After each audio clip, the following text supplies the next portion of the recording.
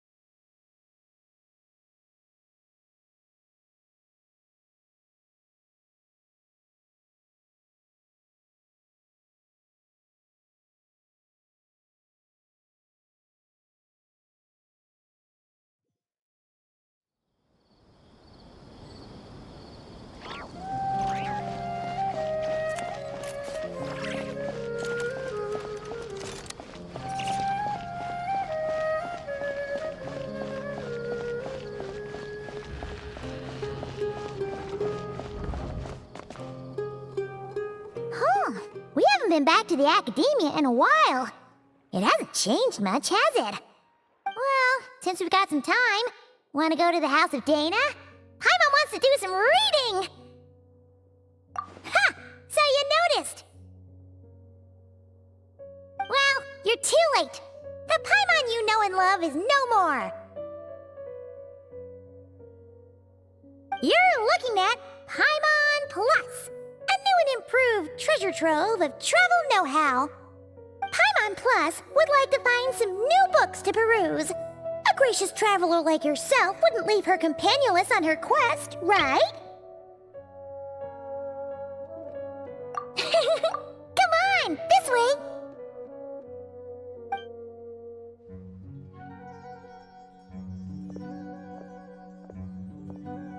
Oh hey! It's Collei and Cyrus! Wonder what's going on. Let's go see!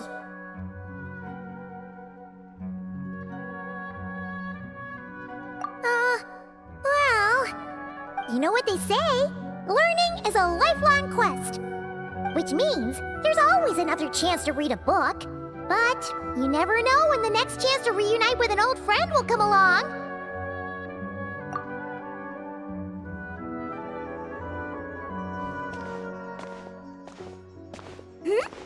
Traveler, Paimon?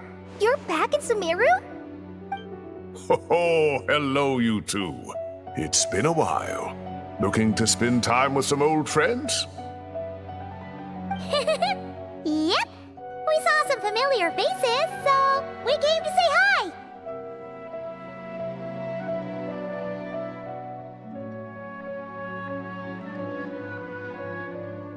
Ho ho! Excuse you, associating me with that woman. And if you're going to remember me that way, you should at least mention my tomato growing skills. So he's mad about the Zaha D part, and not the old man part? Well, Paimon's glad to see you in such good spirits, Cyrus. Must mean things are all good here in Sumeru.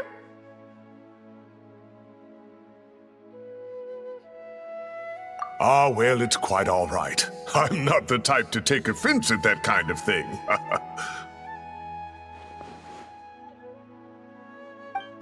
You definitely are. Anyway, what were you and Collei chatting about just now? Ah, that. Well, it was quite a spontaneous meeting. I was leaving the sage's office when I spotted Collei in conversation with a Mahamata, and it looked serious. I thought something bad might have happened, so I hurried over as soon as the conversation ended. But as it turns out, our Collei is moving up in the world. The Akademiya even hired her as a consultant. Wow! That's incredible! Oh, it's nothing, really. Look at that, so humble. Takes after me, she does. Not at all. Not at all. No, wait. I didn't mean that to sound like I don't think you're humble, Mr. Cyrus, because of course you are. I just,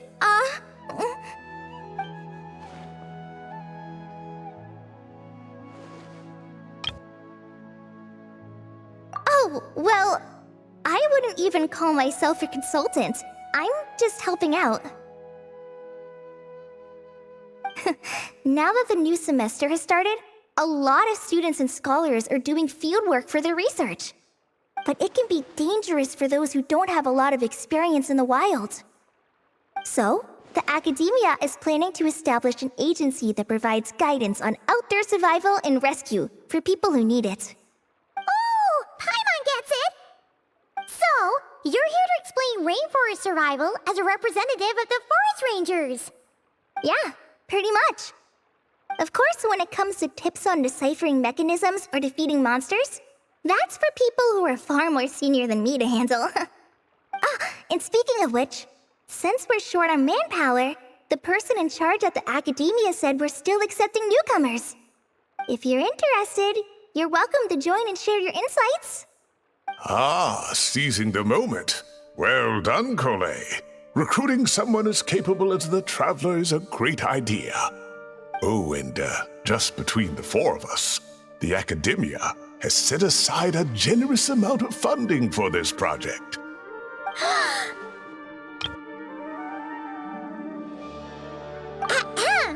Well, since Collei's thrown her hat in the ring, we should help out too. What do you say, Traveler? Great! We're all supposed to meet up in Aaru Village later, so I guess we'll regroup there. I was kinda worried, since Master Tighnari isn't around to help this time, but now I feel much better. Yeah, even if you don't trust the Akademiya's eye for talent, you can trust ours for sure. And mine, of course. I have as good an eye for people as I do for tomatoes. Well, there you have it. Thanks, everyone. Oh, speaking of Tighnari, how are things with him and the others? Good, thanks. All the forest rangers are doing great. Oh, but Master Tighnari did mention that Cyno and Sethos were heading to Gandharva Ville. I'm not sure if it's for work or something else. Huh, knowing them, could just be to play some cards. I'm not sure. Apparently Sethos is bringing someone else with him too. But with my Akademiya commitment, I didn't have time to ask for more details. Huh, well now Paimon's curious. Should we go check things out, Traveler? That's true, and I'm sure they've missed you. Now that is how it should be between friends. Getting together to play cards or enjoy a meal. Yet here I am, stuck with Nephis, who only ever calls to talk about research. Well, I won't delay your reunion any longer. Until next time. Goodbye, Mr. Cyrus. Take care. All right, I should probably get going too. See you later, guys. Come find me in Aaru Village when you're ready. Looking forward to seeing you shine, Collei.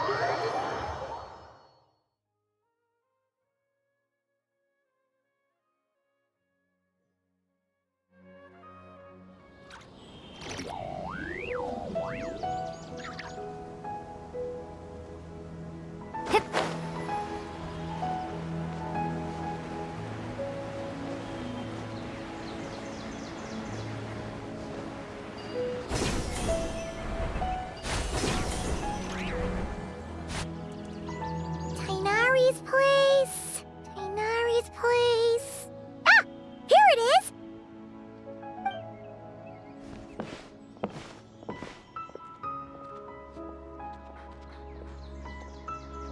Cyno! Sethos! Looks like the whole gang's here. Oh, and Layla's here too! But, oh, she doesn't look too good. Did something happen? Ah, Paimon, Traveler. It's good to see you. I'd welcome you like a proper host, but I'm a bit busy at the moment. Apologies. No need to look that worried. My observations indicate Miss Layla's condition has improved quite a bit. There's no danger to her mind. She's just fatigued and needs some rest. Excuse me for a moment while I blend some calming incense. I'll let you two explain the situation. All right.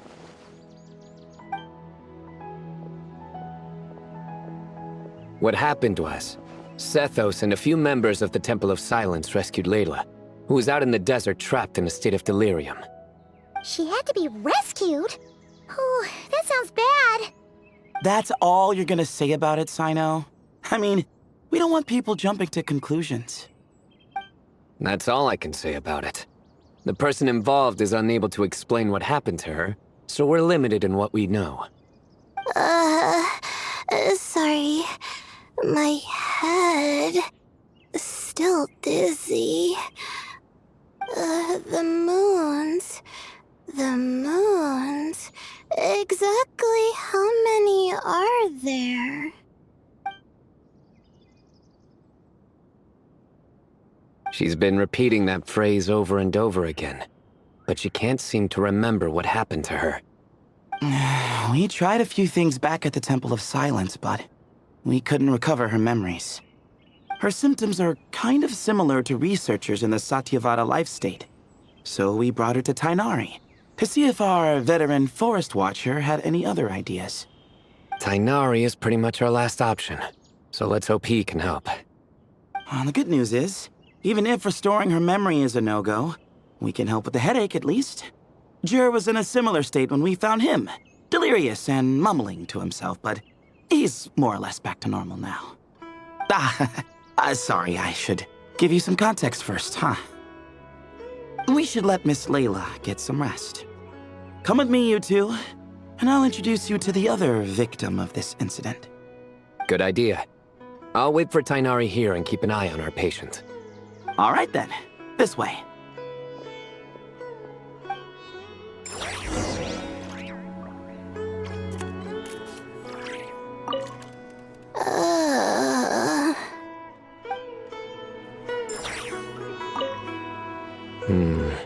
Something strange is going on.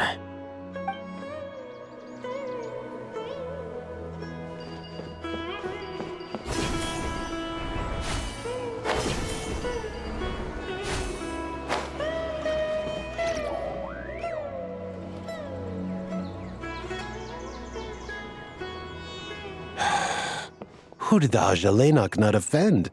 I just don't get it. Hey, Djer. Still musing about Aji nuts, huh? Want me to have Cyno come over and tell some jokes? Might help distract you. No. No need. I'm done.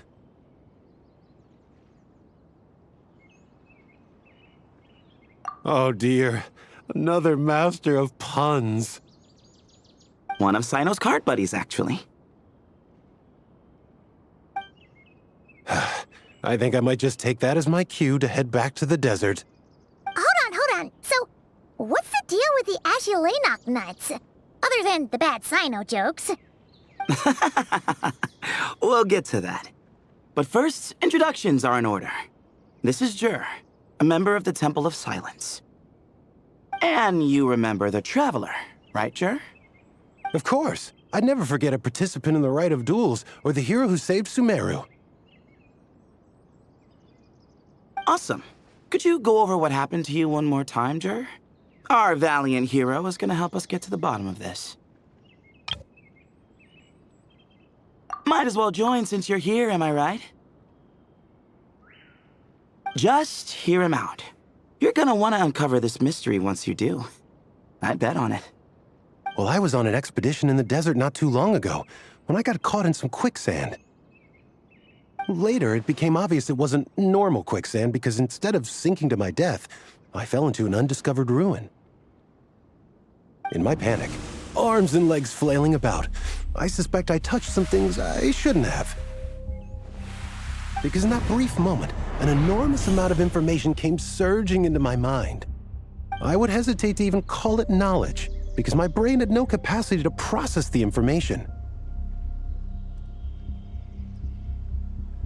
To use an analogy, it would be like trying to stuff thousands of Agilenok nuts into a small water skin without it bursting. Sorry again with the Agilenok nuts, I know. It's fine. We're getting to that part of the story anyway. True. Well, just as I was on the verge of madness, a single phrase broke through the storm of thoughts in my head. It was a man's voice saying, "Don't eat Agilenok nuts." What? I know it's hard to believe, but that's what happened. I was saved by the phrase, "Don't eat Agilenok nuts." I'm not sure. I'm not even certain it was a man's voice. It's hard to remember now that I've been repeating it so much myself. Anyway, the good news is I no longer feel like my head is going to explode. Of course, the bad news is that phrase has been stuck in my head for the past few days. Wow. But doesn't it have the opposite effect? Like, the more you say don't eat it, the more you want to eat it? Yes, that's exactly right. Whoever the voice belongs to, I don't know what his deal is with those nuts. Well, the world's a big place. There's bound to be people who don't like sweet stuff. I suppose. Strangely enough, I'm starting to think the voice belonged not to a man, but a cat. A cat? How? That's the question, isn't it? What would a cat be doing in an abandoned ruin like that? Just as my mind was reaching its breaking point, I could have sworn I heard the sound of a cat guiding me to exit. But when I came to, all I saw was endless desert, and Sethos shaking me in a desperate attempt to wake me up. I'll admit, it was pretty terrifying seeing you like that. Staring off into space and mumbling about Agilenok nuts. You sure don't sound terrified. Sorry. It's not that I don't care. It's just kind of hard for rambling about Agilenok nuts to sound menacing. Now, what Layla was saying, on the other hand, that is much creepier. Exactly. The unknown is what breeds fear. Agilenok nuts are familiar. But the moon suspended above us at night? That's about as foreign as it gets. Well, we don't know that for sure. There could be a whole other world inside an Agilenok nut, with a moon of its own. Huh. I guess. Agilenok nuts are not to be underestimated. Right, yeah, of course. Won't catch me disparaging the mighty Agilenok nut. No, sir. Huh. So, a similar thing happened to Layla then? Yeah, I think so. I was in a hurry to rescue Djer, so I put a marker on the incident site so we could go back and investigate. When his condition stabilized, we doubled back around to check and...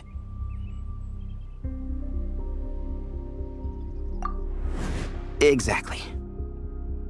Multiple victims with the same symptoms at the same location. It wasn't hard to conclude that something is seriously wrong with that place. So, after we got Layla out of there, I had the Temple of Silence put up a warning sign at the scene and send patrols to watch the area. Speaking of, Cyno, Tighnari, and I are going to head back there and investigate once Layla is stable. So as per usual, you're here just in time. That's for sure. But there's another reason I want Cyno and Tighnari involved in this. Because the story doesn't end there. Right, Djer? Oh, yes. Where was I? The Ajalenok nuts butted in and I... Right. Yes. The cat. As I followed the cat noises, the voice said something else. So, there are those from Tula who still endure. I thought that was strange, of course, because, well, was the voice referring to me? Records of my ancestry are rather sparse, so I'm not sure if my bloodline even traces back to that place.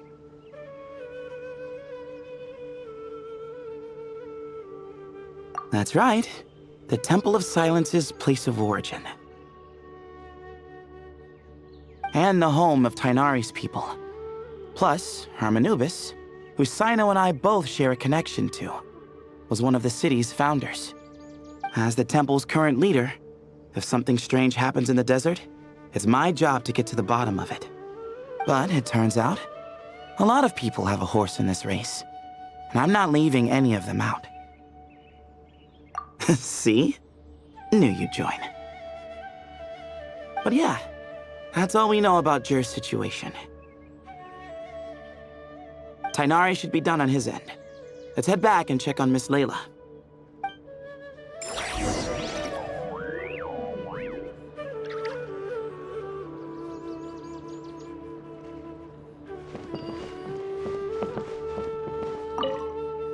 There are records in the Temple of Silence that speak of the ancient desert people's love of raising cats.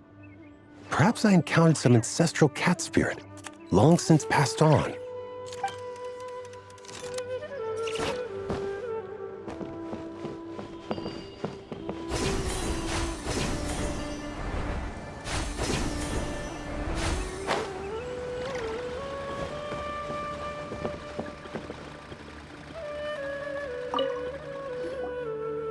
How are you feeling?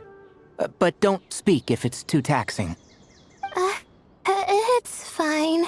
I'm much better now, thanks. I feel like I haven't slept in 2 days, so pretty much back to normal. Whoa. That's your normal? Traveler, Paimon, I thought I heard your voices earlier. Oh, and, I'm sorry. Huh? You don't have to apologize. He didn't do anything wrong. No, I just mean, I think I'm about to disappoint you. My head was kinda muddled earlier, but I still heard your conversation. I know you're trying to figure out what happened to me, and I want to help. But, I really don't remember anything. Does your head still hurt? No, I feel fine. The incense you made helped a lot. I'm still hearing those words in my head, but other than that, I'm okay. It's just, all I remember are those words. Everything else is a total blank. One moment I was heading to the stargazing point I'd calculated, and the next, I was on my back in the sand. The same phrase playing over and over again in my mind. How many moons are there in the sky? Sethos, did your friend Djer suffer from memory loss too? Not really. His memories are blurry, but there aren't huge gaps like this. He remembers touching something. Someone talking, a voice mentioning Tula, and hearing a cat lead him to the exit. A cat. Did you hear it too? Huh? Now that you mention it, I think so. It was so soft. I thought I was imagining things. Which means, at the very least, what the two of you experienced while escaping the ruin is consistent. A single sentence repeating in your heads, and the faint sound of a cat. Still not a lot to go off of. Agreed. Oh, is your head hurting again, Layla? No, I was just thinking. Maybe my memories are blank because I was sleepwalking at the time. Sometimes, my friends and classmates tell me about things I don't remember doing, or places I don't remember going. I don't talk about it a lot because, well, I don't even know how it happened. But I don't want my personal circumstances clouding your judgment. So I, just wanted to mention that. Ah, I see. Well, thank you for telling us. But I don't think we need to dwell on that for now. We're gonna check out the site of the incident for ourselves, so that should help us come to our own conclusions.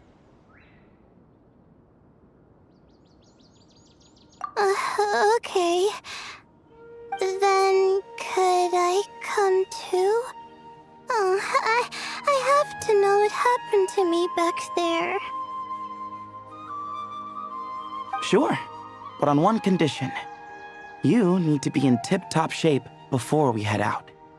If your condition isn't stable enough before then, I'll have to figure out something else. Of course. No problem. Well, I'm more concerned about Tighnari.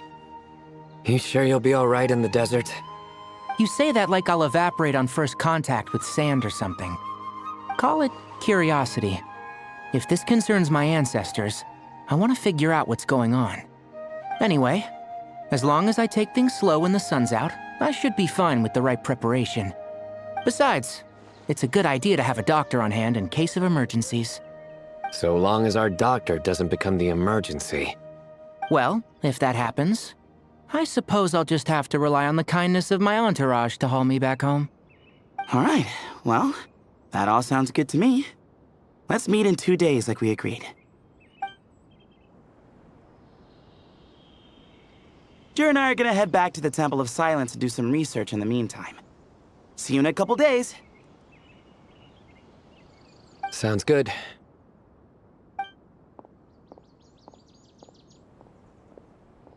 What about you, Layla? If you feel like you need more rest, I can arrange a room for you to stay in.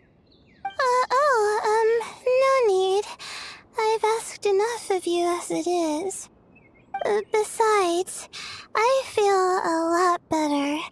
I should make it back to my dorm, no problem. You sure? Don't push it too hard, or you might end up sleepwalking along the way. Don't worry, I'll be fine. I have other things I need to do anyway. Like letting my advisor and classmates know that I'm fine, adjusting my stargazing schedule, things like that. If I don't get it all done, I doubt I'll be able to sit still, let alone stay here and get some rest. I'm not so sure that's... a much better idea. Thank you, Traveler. Of course, if anything starts to feel off, come back for a checkup right away. You'd better listen to him, Layla, or he'll feed you tasteless slop as a punishment. Punishment? You're the one who caught a cold. You're supposed to eat light when that happens. Besides, with your nose stuffed up like that, you couldn't taste anything to begin with. Huh, is that so? And here I thought it was an in-taste-to-know issue. Should have seen that coming. You're off the clock, so now it's time for puns, huh? Oh, brother, not this again. Don't worry, Paimon. I understand. If you want me to stop, then Then? you'll have to call a plumber. Tell them someone's gotta pipe down.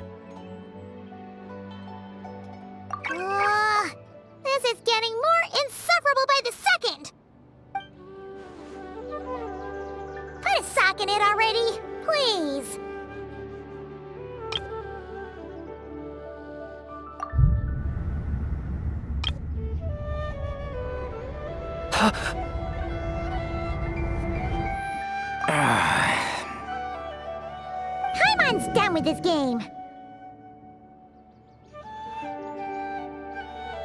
You win, okay? Let's just get out of here. Please. All right, you stay safe. I'll try to stay sane.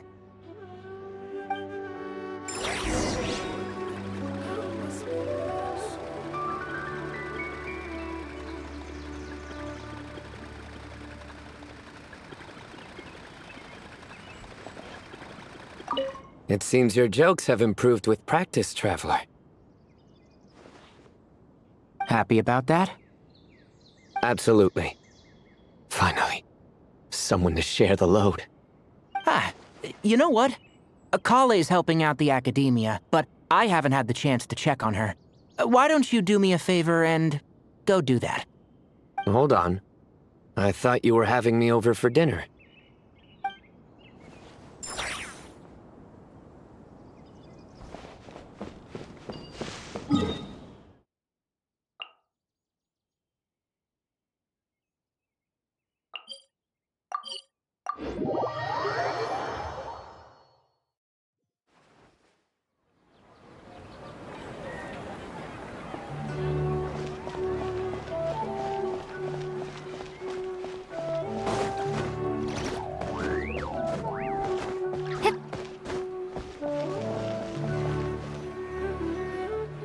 Moons. Ashalenak nuts. Moons. Ashalenak nuts. Are the moons going nuts? Oh no! Looks like Paimon's caught the brain bug too! She can't stop thinking about those two things! Oh, Paimon's gotta clear her head. But how? Aha! Got it! The cafe over there! Why don't we head over for a quick pick-me-up?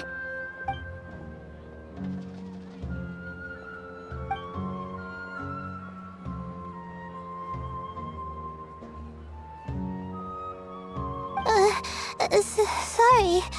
I feel kinda tired all of a sudden. Wait! Is it because of all Paimon's muttering just now? Oh, sorry. The coffee will be Paimon's treat, okay? Hey! You make it sound like Paimon's stingy or something! Huh. Well, she'll just have to show you her true colors. Yeah! Starting now! You sit tight and take care of Layla, Traveler. Paimon's gonna get us some snacks and coffee. Be right back. Don't go anywhere in the meantime.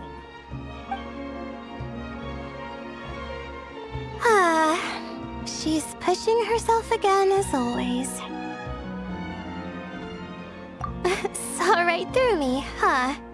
I apologize for the sudden emergence, but I didn't have any other options. Well, that's true. So, for our sake and your safety, allow me to fill in the gaps in her memory. That's right. Layla was already in bad shape, stressing about her new study topic, focusing on the stars instead of her surroundings. By the time she realized the danger she was in, it was too late.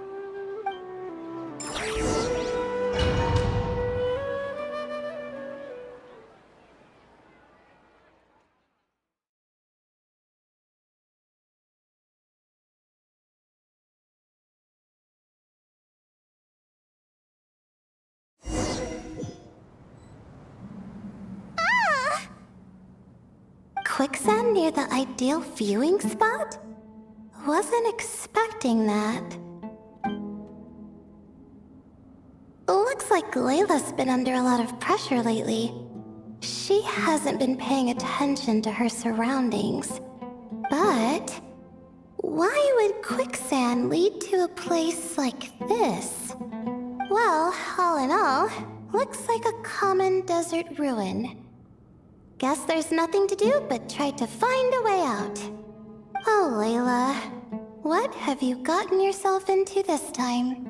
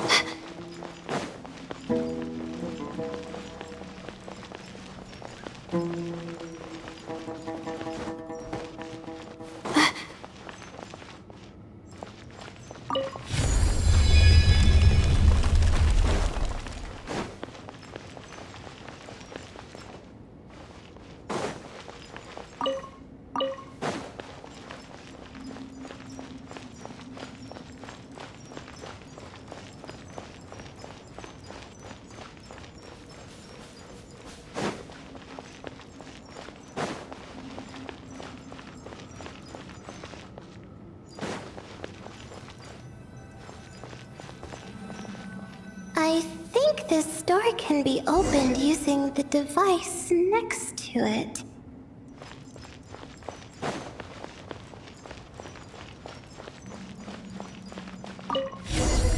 Just like I thought. Ugh, what was that? My head. It hurts. Is Layla waking up? No, that's not it.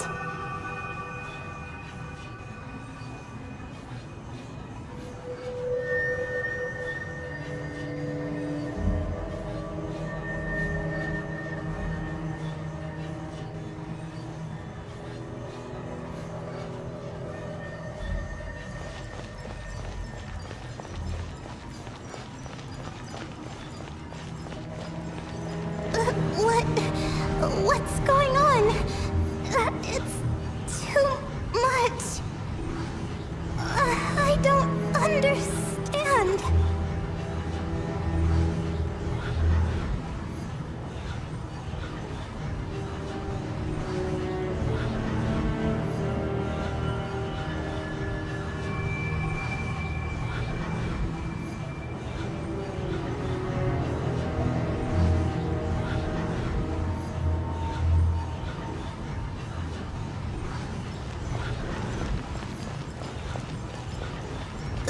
The ground is...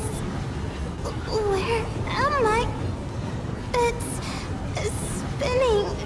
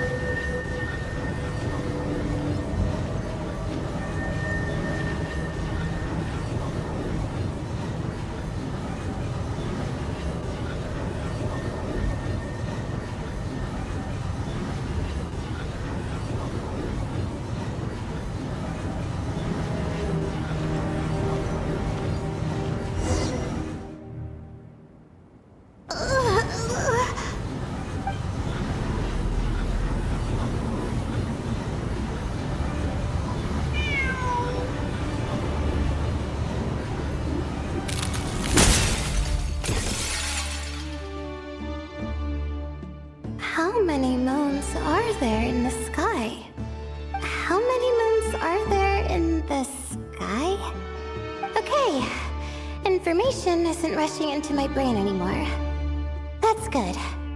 How many moons are there in the sky? My head hurts, but there are no more dark spots in my vision, and I can see in front of me. Still, how many moons are there in the sky? What's going on? The same thought keeps popping into my head. What does it mean? How many moons are there in the sky? Isn't there just one?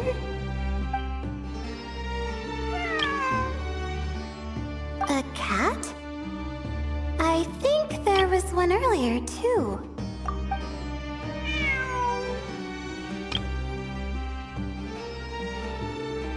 I'm not hearing things. It really is a cat. But what is it doing here? How many moons are there? No! Stop it!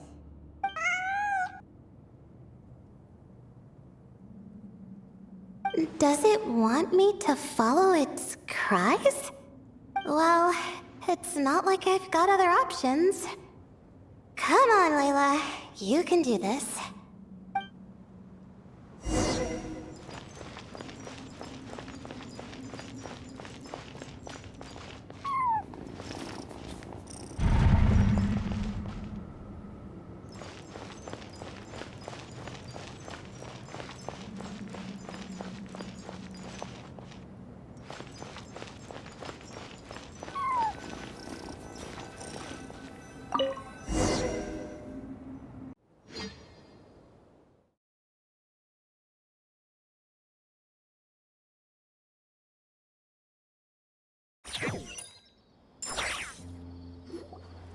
And so I followed the cat's cries to find my way out. It was quite a kind creature. It didn't even leave until the other me started to wake up.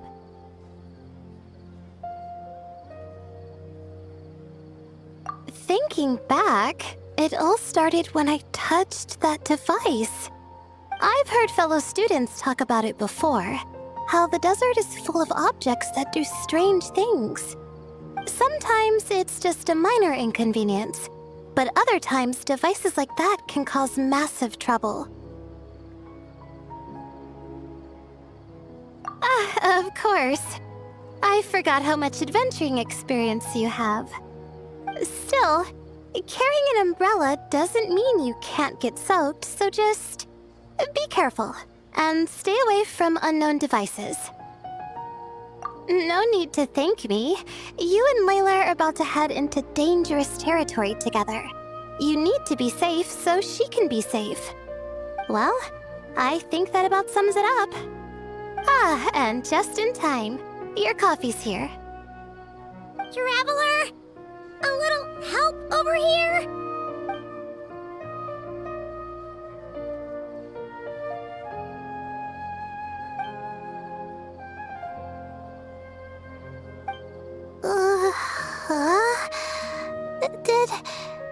Did I fall asleep? Wow! Paimon didn't even know she had such an impressive skill! Ha! Does that mean since Paimon bought this coffee, it would just make you sleepier? A beverage that puts people to sleep. Better saved for work hours, I think.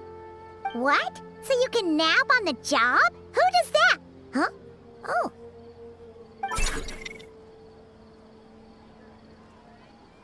Beep boop.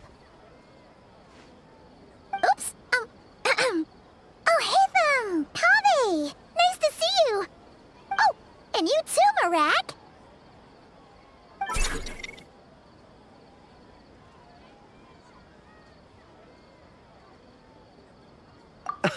Sorry. Hope we're not interrupting anything. Miss Layla? You don't look so good. Is everything all right? Oh, I'm fine. I was sleeping just now, so I'm still a bit... I see. And we woke you, didn't we? I'm sorry. We shouldn't have been so loud. No, you didn't. I didn't mean it like that. Sorry.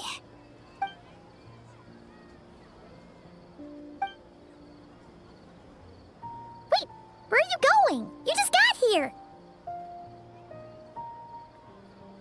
I'm going to do what I came here to do. Which is? Buy coffee beans.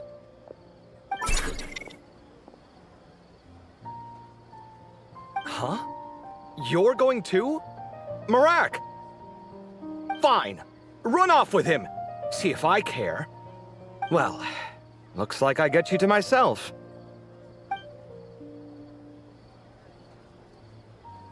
It's been a while, hasn't it? How have you been? So, a busy life of adventuring for you, and a busy life of academics for Miss Layla, is that right? Oh, is something wrong? The desert's not always the friendliest place, that's for sure. And from the look on your faces, I'm guessing this problem's not resolved?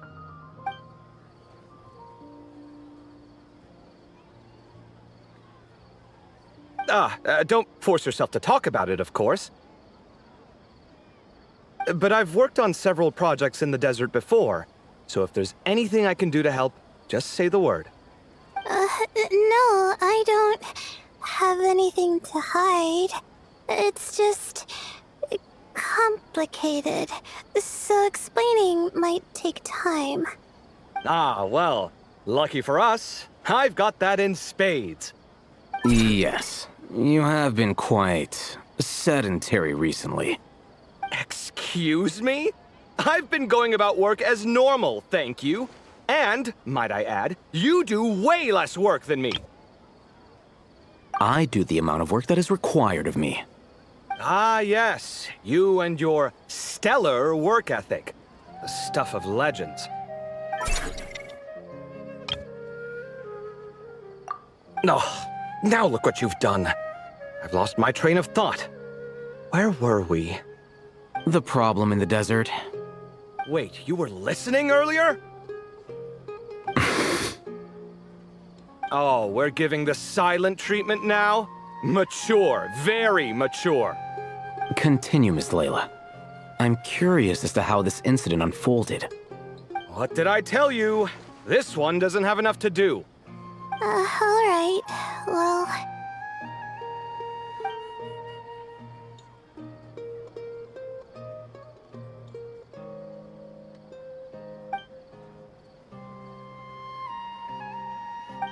Could you still use some extra hands on this investigation team of yours? Huh? You want to join, Mr. Kave? That's right. I think my experience studying desert mausoleums could be of some use here. While Hatham's expertise in ancient languages could be helpful too.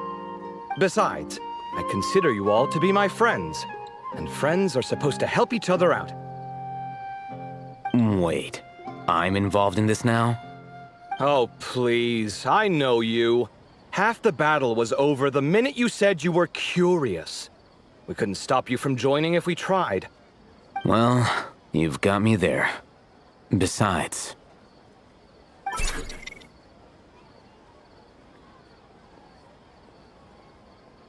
This suitcase of yours has been jumping at the chance to volunteer for a while now. I imagine... You imagine? Mechanical life forms might also feel homesick from time to time. Huh. Now that you mention it, Marak's core was a component sourced from the desert. That could prove useful. You're sure you want to come with us? It could be dangerous. Oh, I'm sure. All the more reason to recruit as much help as possible. It's important to count on friends at times like these. Our pleasure. It's a plan, then.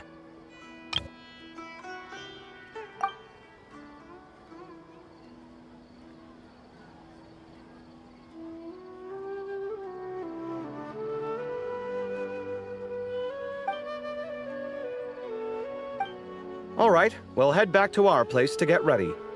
This one hasn't been on a trip in a while. Chances are, he doesn't even remember how to pack a suitcase. I'm not worried. It'll get done. Somehow. Would it kill you to help every once in a while?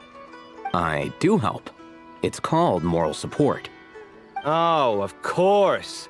And I am ever so grateful. Goodbye, you three. We'll see you soon!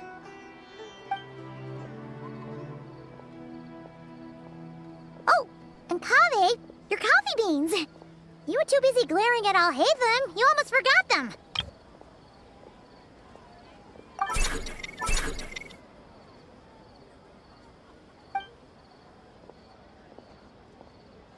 Well, we're pretty close to the Akademiya now. I should be fine from here. Thanks for the coffee, Paimon. I feel much better now. Right. I'll follow the doctor's orders. Or try to, at least. With the blessing of the stars, I hope we all get a good night's sleep.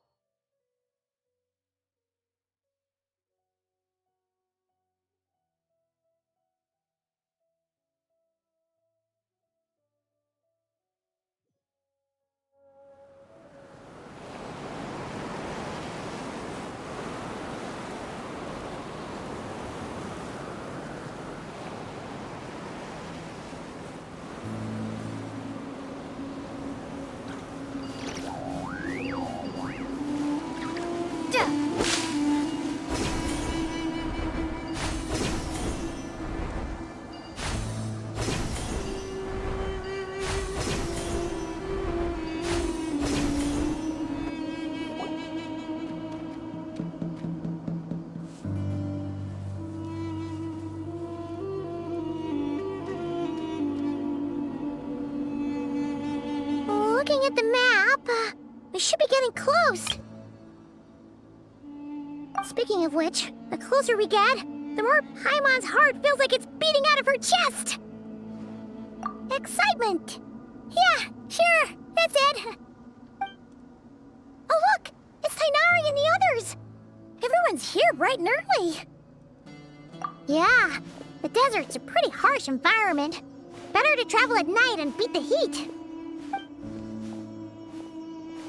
Hey everyone, we're here! Ah, right on time. You don't need to worry about me. It's not too hot yet, and I'm properly hydrated. All right, we're just waiting on the 2 people Miss Layla mentioned, and then we'll be set. He's staying behind. If we don't make it back after a certain time, he'll be in charge of rescue operations. You can count on me. Nice! You thought of everything! Oh, and Cyrus said he'll be in Aaru Village, so he's also available if we need help. Haha! Amazing! Having people to watch our back is making Paimon a lot less nervous. Yeah, I did. After hearing about what happened, my advisor gave me some time off to rest. So, my studies are on hold for now. Then, does your advisor know you're back in the desert to investigate? Yes, but I was only allowed to come after I mentioned that General Mahamatra would be there too. Haha! Quite the reputation you've got there, Cyno. Something wrong? You haven't said a word this whole time. Are you in a bad mood or something? No. Being skilled with words also means being a good listener. I'm just reflecting on what you're saying. Oh, Hatham! Kaveh! Ha! Over here! Darn it. I was just setting up a brilliant... Yeah. I'm sure you'll find another chance. The important thing is, our scribe and our renowned architect are here at last. High praise. But wait, why am I renowned and not him? He's just as famous as Cyno, Dehya, or Nilou. That just means your level of fame is even greater.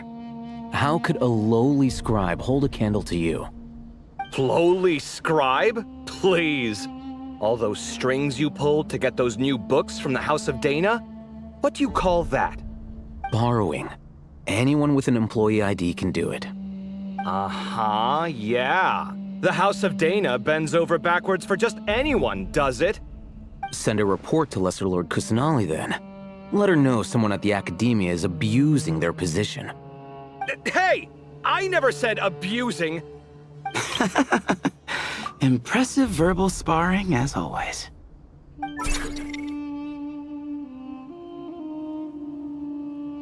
Oh, hello to you too, Marak. Well, looks like your assistant is raring to go, Kaveh.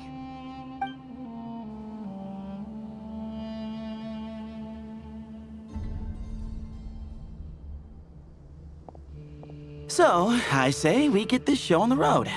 No sense delaying the inevitable. No need. We're in this together, remember? Djer, this is the entrance, yeah? Yes. Perfect. Then, if we're all set, let's get moving.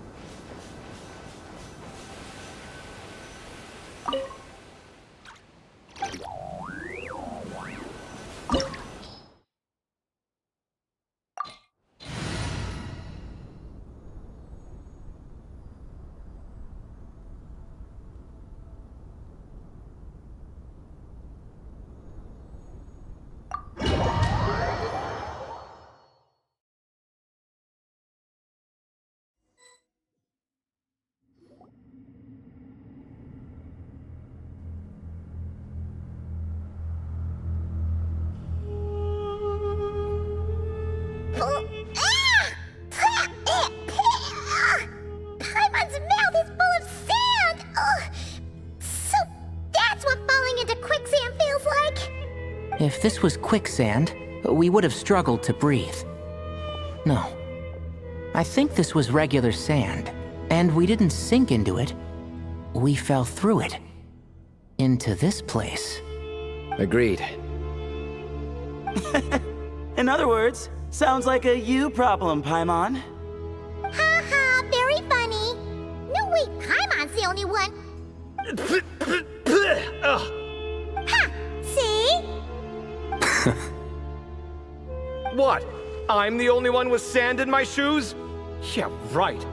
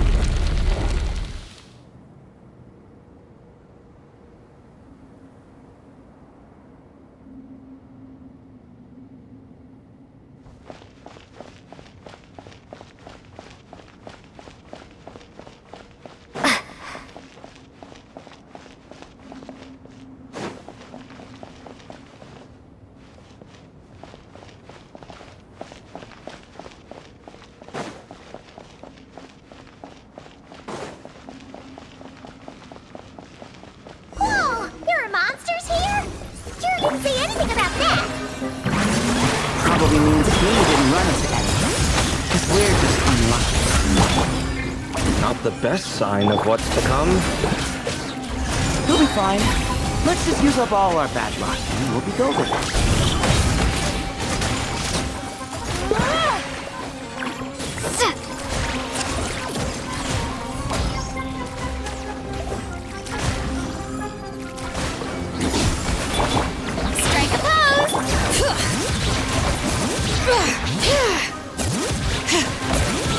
Hear the echoes of the valley!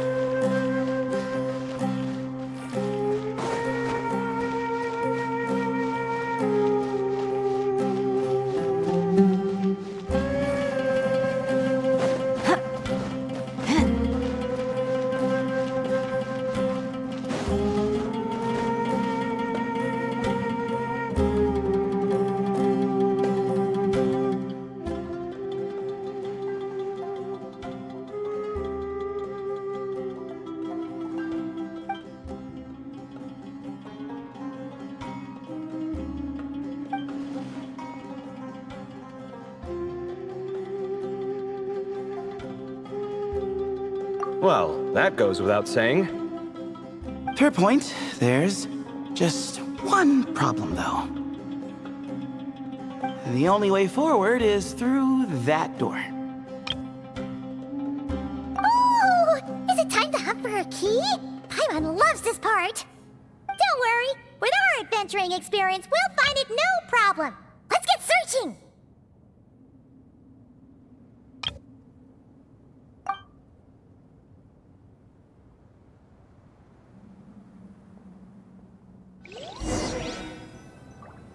Marak, wait!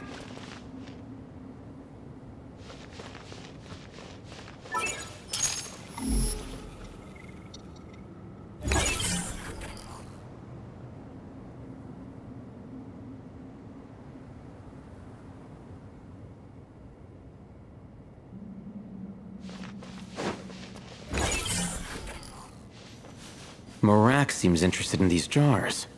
Go smash them. Ah, well, we would hate for you to have to lift a finger, Your Highness.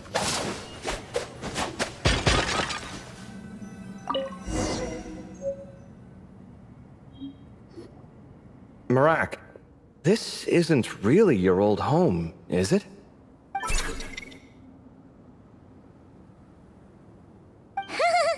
No idea what that means, but Marak does sound pretty happy. So, mechanical life forms do have the capacity to miss home. A novel discovery. Well, with Marak leading the way, we should be safe, right?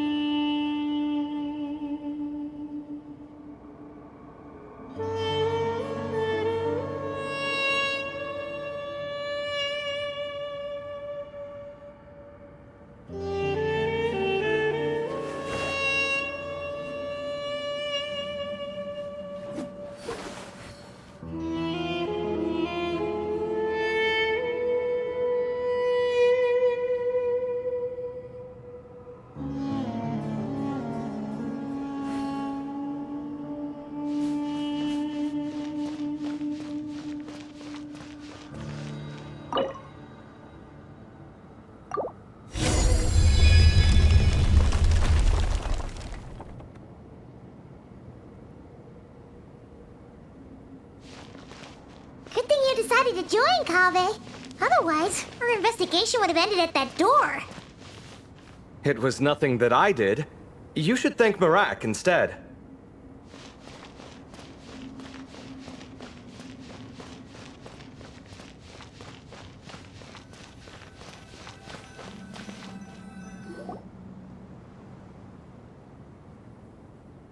Hold on. At this rate, Paimon's gonna lose her title as best guide to a mechanical suitcase.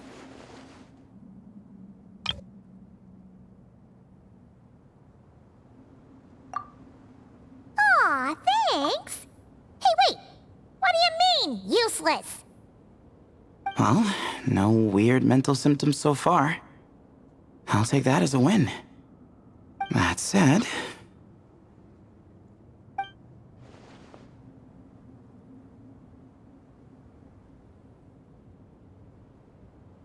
There are 3 doors here. So, we split up. Divide and conquer. Otherwise, this whole thing is in ruins. No pun intended on that last part. I swear. Yeah, that might be our best option.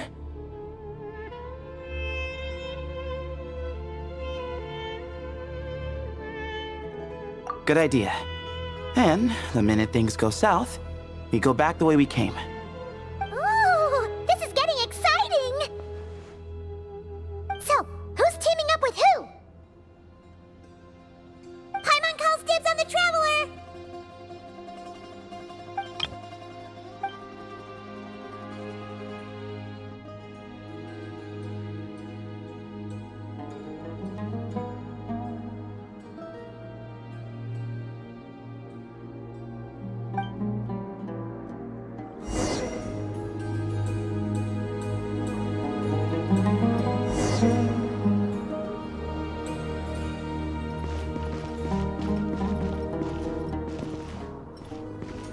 Well, this takes me back. The last time we were in the desert together, the 2 of you came all the way out here to gang up on me. Oh. Sounds like someone's holding a grudge.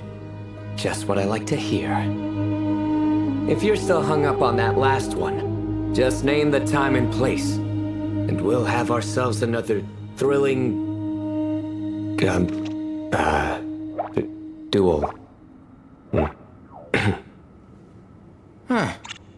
What's with the awkward pause? Were you expecting me to stop you from saying something stupid?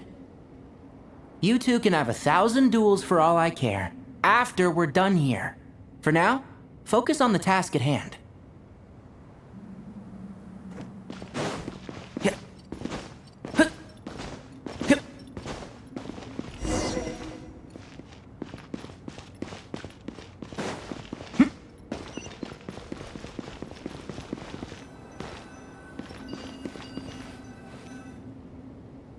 This chamber is huge. I can't even imagine what it's used for. Oh. What's wrong? I seem to have stepped on some kind of stone slab. Huh. There's a pattern on this, but it's hard to make out with all the dust. Huh? Look! The shape seems to match the markings on the ground over there. Let's slot it in and see.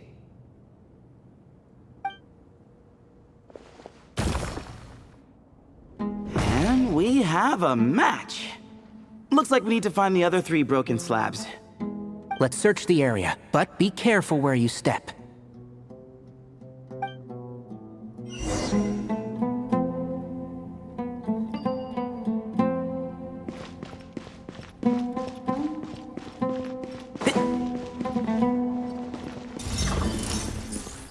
Enshroud!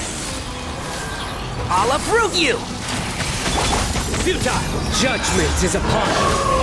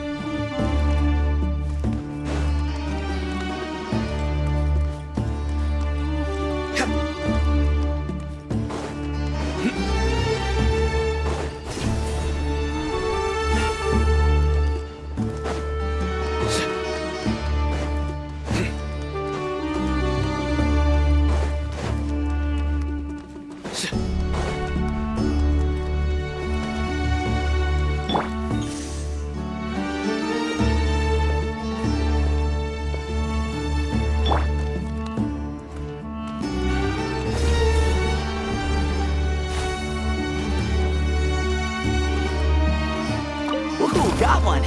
Ouch, but watch out. The edges are kind of sharp.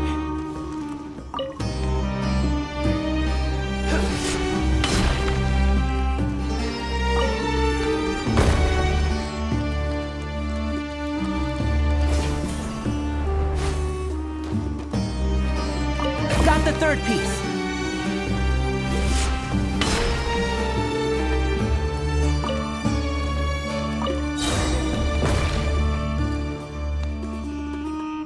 We just need one more.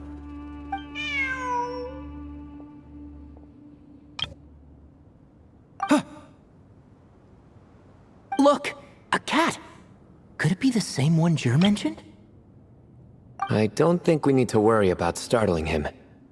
He doesn't seem afraid of people. Yeah. If anything, it seems like he wants us to follow.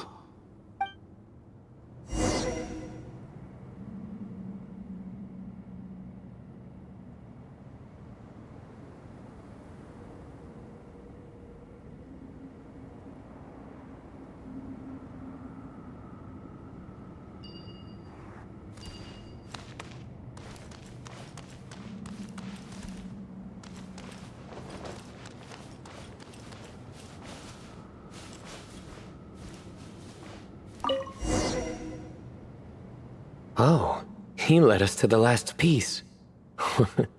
Who's a good kitty?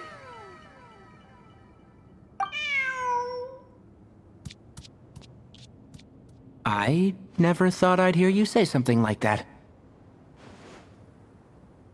You've clearly never heard how the professor talks to his tomatoes, then.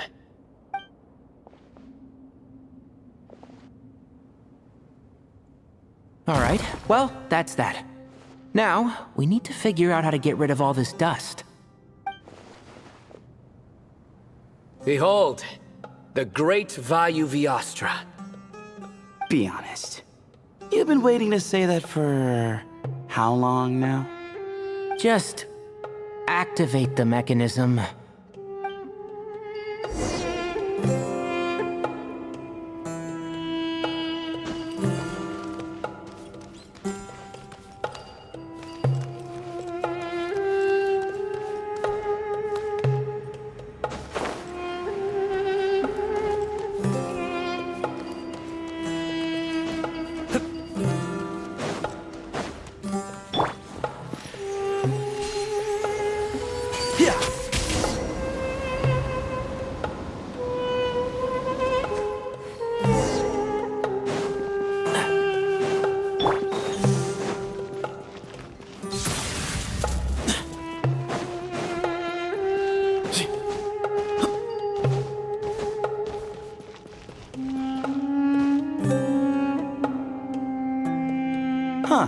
It worked. It's a picture of... 3 Hermanubises? That can't be right. The ears aren't vertical. Oh, true. And the lugs fall short. My hat is much better looking.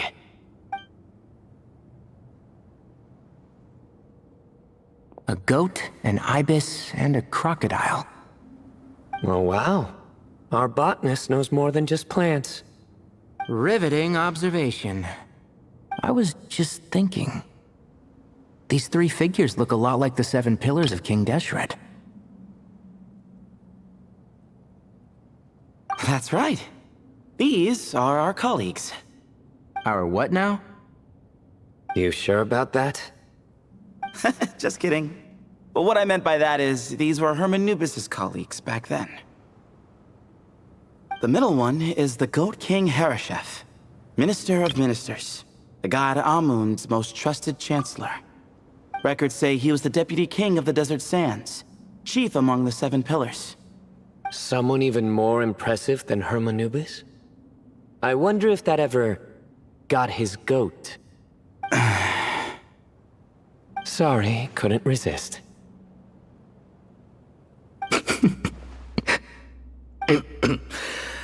Okay, that was a good one. Wait, really? I've got so much more where that came from. Where were we? This is Sopik, the Crocodile King, captain of captains. As the name suggests, he was a valiant commander and had dominion over all weapons of war. And finally, this is the Ibis King Thoth, scribe of scribes. Your memory's pretty impressive. I bet you're almost as good as me at memorizing cards. A scribe? Did he manage archives then? Like Alhaitham? Wait, that's all Alhaitham does? I never knew being an Akademiya scribe was such a cushy job. Well, that's how his friend put it, anyway. But it does seem like he has a lot of free time. Well, I don't know much about the Akademiya, but I'm sure the Ibis King had more responsibilities than that. The temple's records say he represented the wisest aspects of King Deshret, inventing the desert script and arcane arts at his king's command. He must have been quite the impressive man then. Or creature, depending on how you look at it. Still, why are these 3 the only ones represented here? What about the other pillars of King Deshret? Maybe because the 3 of them were extra close? Huh. Kinda like us. Oh yeah! Maybe we should have someone inscribe us on a commemorative stone slab too. Or we could just take a picture. It would serve the same purpose. Anyway, no more distractions. Huh. Doesn't it look like there's writing carved into the corner? Huh. There is. And it's in the ancient desert script too. Looks like the Ibis King left you some homework. Give me a sec. I'll try and translate it. The ministers are unvirtuous.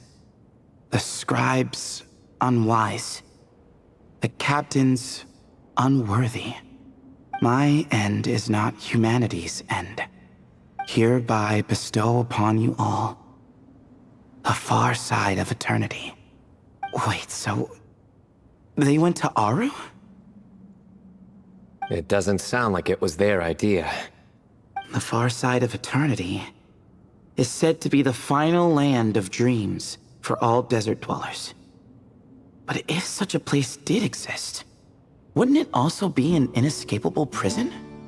Yes, and based on the writing here, it's clear King Deshret wasn't pleased with these three.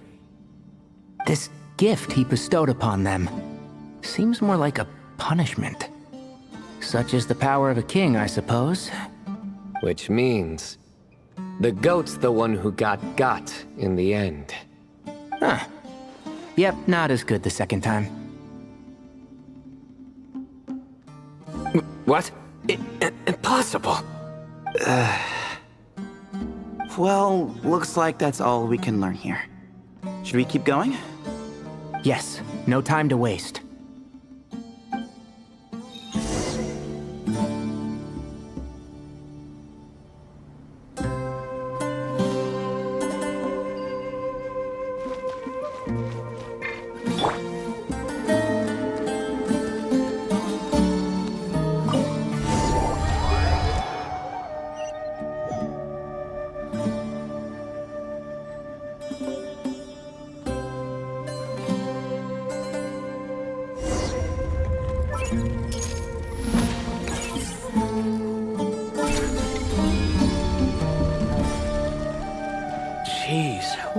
Suitcase could be so fast. Marak is nothing like this when it comes to housework. Hey, wait up! A scout's job is to take the lead. Just let Marak figure it out. Easy for you to say. I'll be the one doing the repairs if something happens. Why don't you go scout ahead then? When I think of a comeback, I'll let you know. Oh, Marak stopped. What is it? Found something? Looks like something covered in sand. Let's get it out then. Come on. Oh, it's a stone slab. Good job, Marak.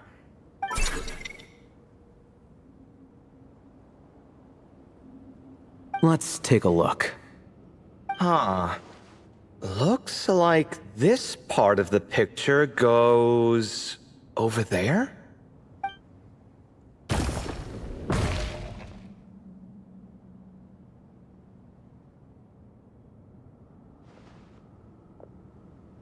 In that case, there must be other pieces. All right, and let's look around. Hey! Why are you sitting down? I thought Marak was helping. Oh, so you do know what that word means. Great. Are we supposed to just sit back while Marak does all the work? No, I doubt you could do that. Exactly. But I can.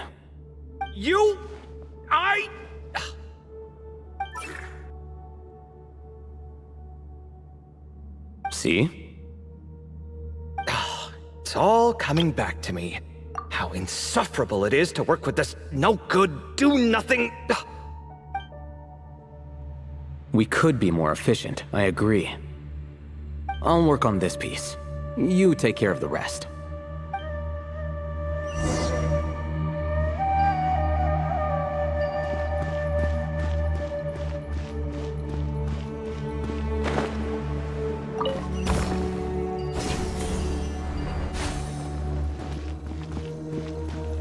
Found one!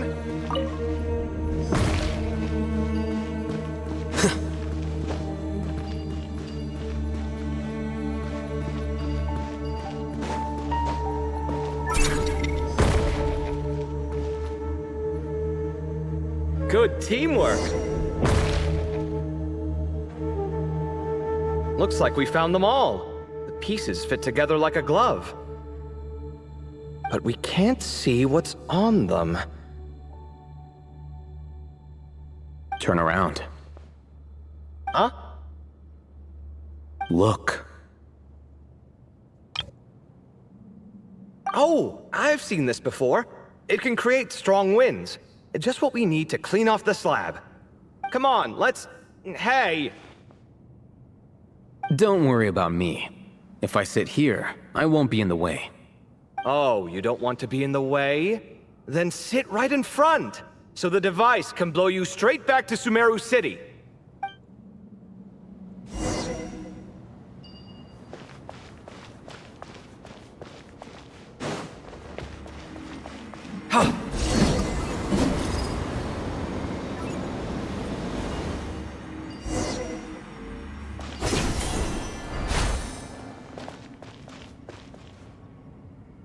Done. Huh. That's one big cat. And there's a shattered crown. I think it's depicting some kind of story. Look, there's writing too. The Ibis King answered the young noble, granting him the wisdom he sought.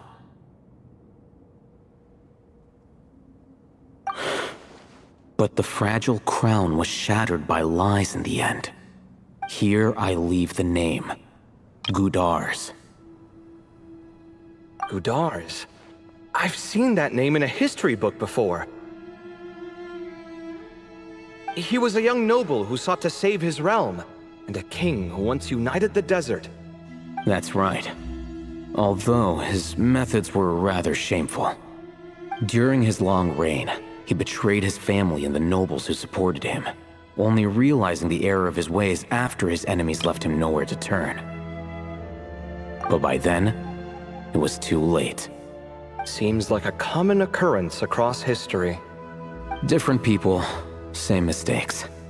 It's an inevitable pattern, destined to repeat itself.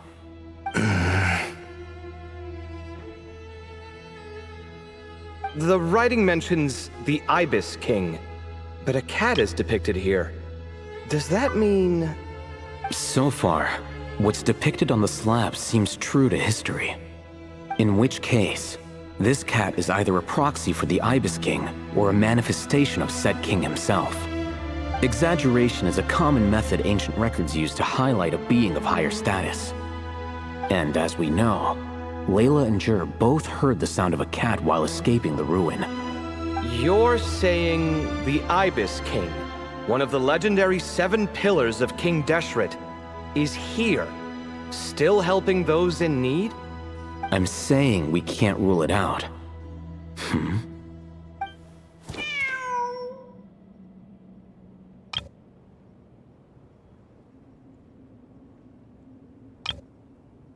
Wait, there it is! The cat!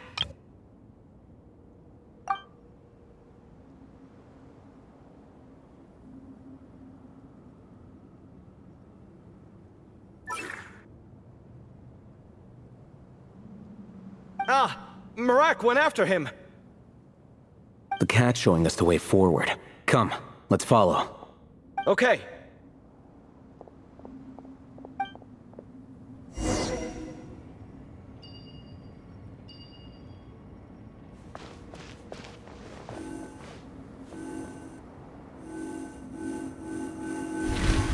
Yeah!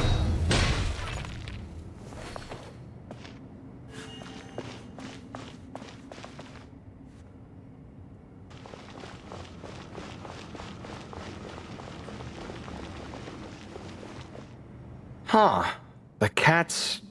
gone. Yes, but look where he led us. Oh. Another slab. It looks similar to the last one.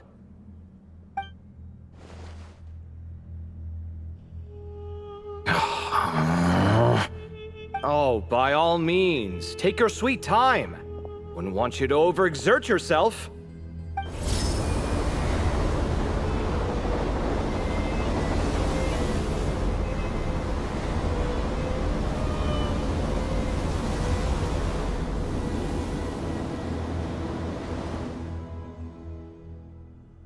Huh. The scene depicted here... Seems to be a different tale. The Ibis King answered the gin-blooded dancing girl, granting her the wisdom she sought. But enemies plotted to kill her close kin. Snake venom was her self-chosen end. Here I leave the name. Makaira. The Temptress of Woe? You've heard of her? Of course. I don't just sit around doodling all day. She's mentioned in tons of papers about the desert. As I recall, she was given as a gift to the Tyrant King of Gurabad, and later seized the opportunity to kill him. After getting her vengeance, she reigned as queen for many years, until her enemies attempted a coup, and she took her own life. That's more or less the version I've read as well. It seems this queen also had dealings with the Ibis King. Yeah, I'm starting to find this whole granting wisdom business a bit concerning. I mean, considering how Gudars and Makaira ended up, it might not have been a good thing. But, at the same time, if the cat guiding us is linked to the Ibis King, then he doesn't seem like a villain either. People are complicated. And the same is true of the servants of the gods, no matter their wisdom or power. Let's reserve judgment for now, and keep moving.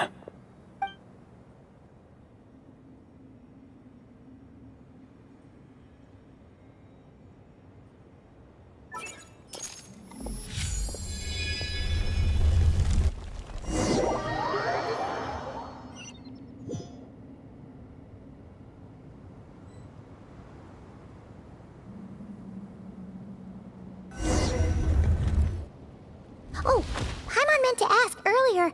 Have your memories come back, Layla? No, sorry.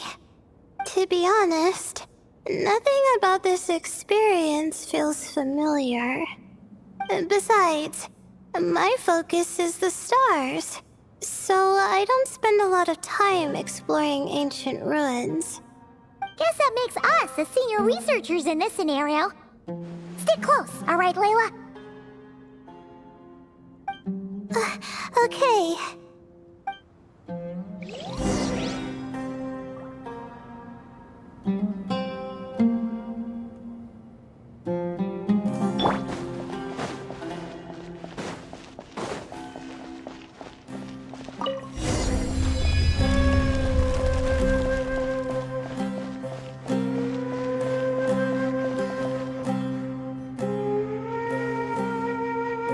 Wow, what a tall ceiling. Yeah, but for such a big place, it's so empty. Like no one ever lived here. Sure must have been boring to live in ancient times, staring at ceilings all day. Now that you mention it, I've heard some people used to draw star maps on their vaulted ceilings. Some might even make them transparent to better observe the movement of the stars. It sounds so nice. Stargazing from the comfort of your own home. Wait a second. I think I see something up there. Huh? How is Paimon supposed to do that? Oh, right. Flying. Duh. Alright. Sit tight, everyone. Adventurer Paimon will be right back.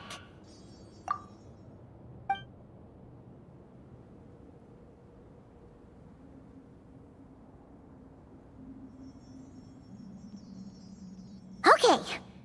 So, there's nothing super special up there. Just a couple of shelves, tables, jars, and scrolls. And a whole bunch of dust, dirt, and sand. You really want to search through all that stuff?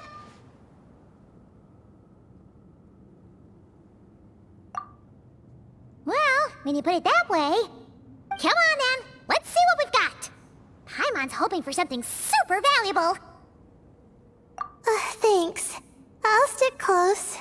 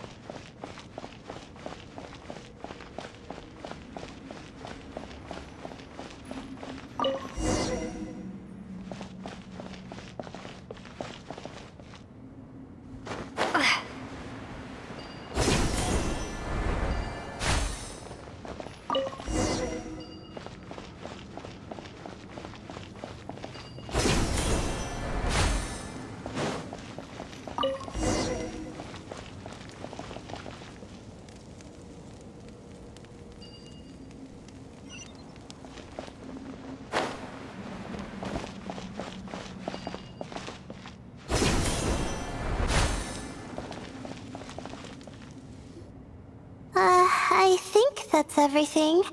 Most of the documents are in the ancient desert script, except these ones. These seem old as well, but the handwriting makes them stand out.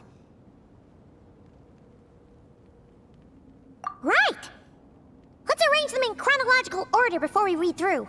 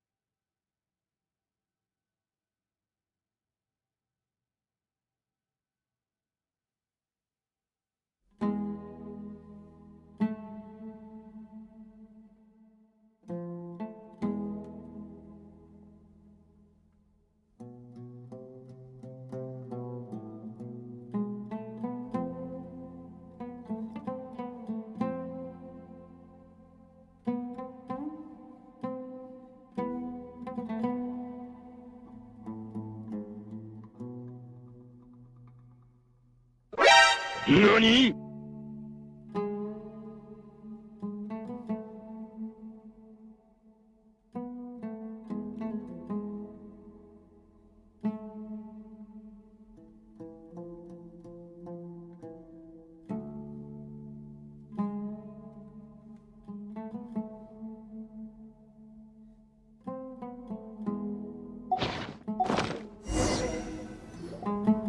Okay, now let's take a look.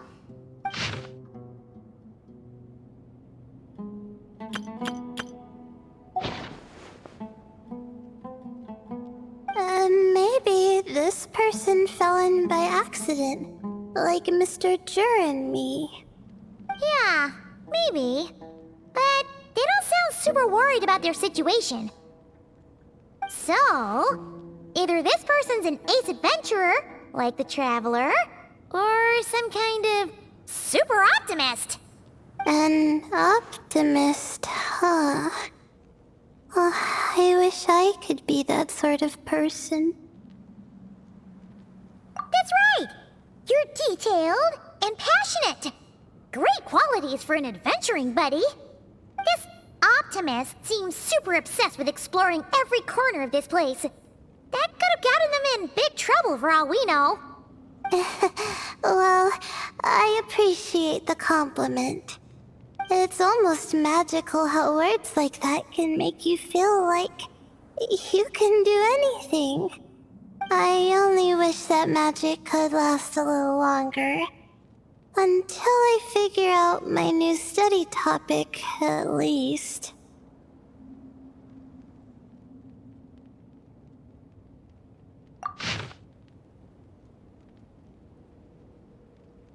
Oh, looks like you were spot on, Paimon.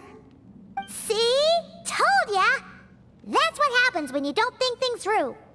And all this talk about seniors and juniors, he was a student just like you, Layla!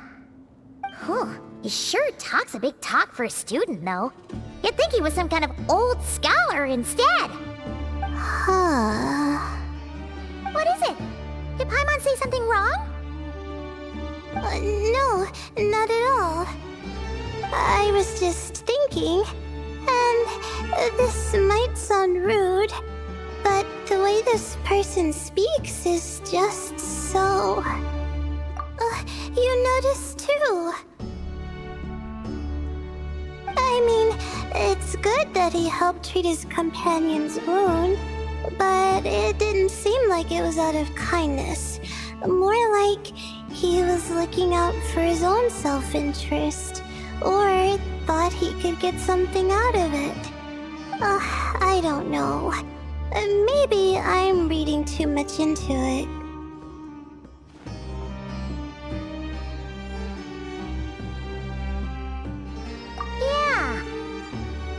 If you're both in this dangerous situation together, wouldn't you mention them at least once? If it were Paimon, she would write down the name of every single person she was with. No one would be able to get away. Actually, I find Paimon's approach quite sensible. It makes sense from a safety perspective, too. That way, if anyone came to the rescue, the notes would be able to tell them everything they needed to know. Whoa! That's genius-level thinking! Well, I learned that from Madame Faruzan, actually. I'm not speaking from personal experience or anything. Oh, no! I'm just a student. It's fine! You taught us something, so you're our teacher. Simple as that.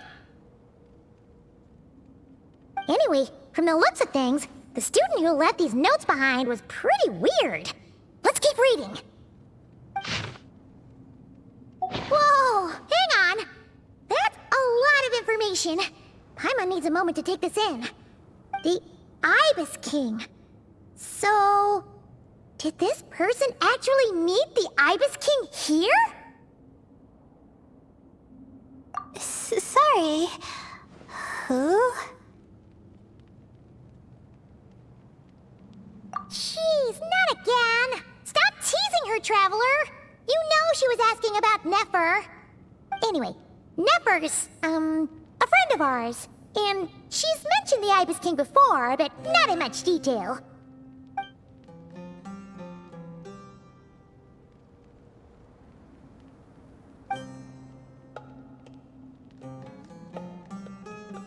Oh, I see.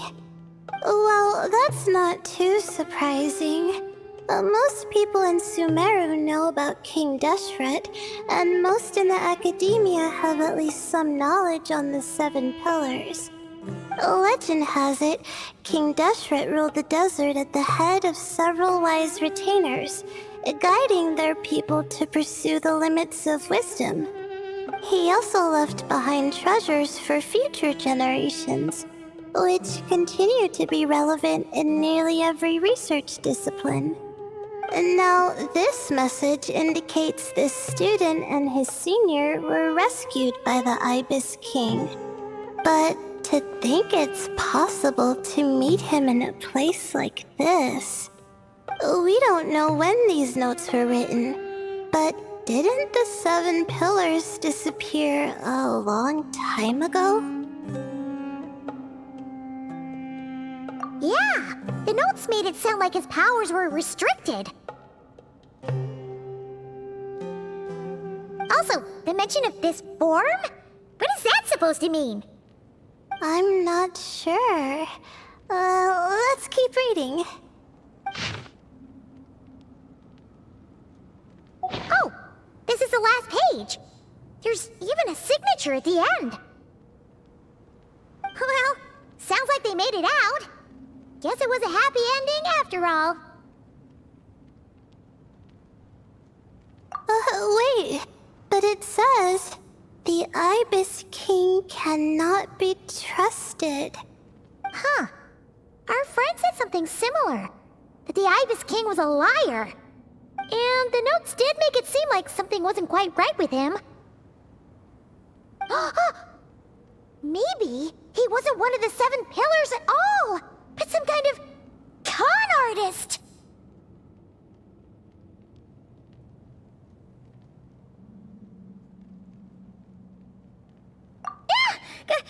Great, Ibis King! If you heard that, Paimon didn't mean it! Please forgive her! Don't trap us here! I think Paimon raises a good point. Let's keep our guard up just in case. Alright, I think that's all the clues around here. How about we... Oh! It's Marak! That means Kaveh and the others should be around here, right? Hello? Anyone up there? Can you hear us? Yeah, we can! You know, sound travels just fine in an empty chamber like this. You don't have to shout. Of course, if you're shouting to express your excitement at being reunited, by all means, pretend I never said anything. Yelling like this is kinda exhausting. Come on, let's head back down.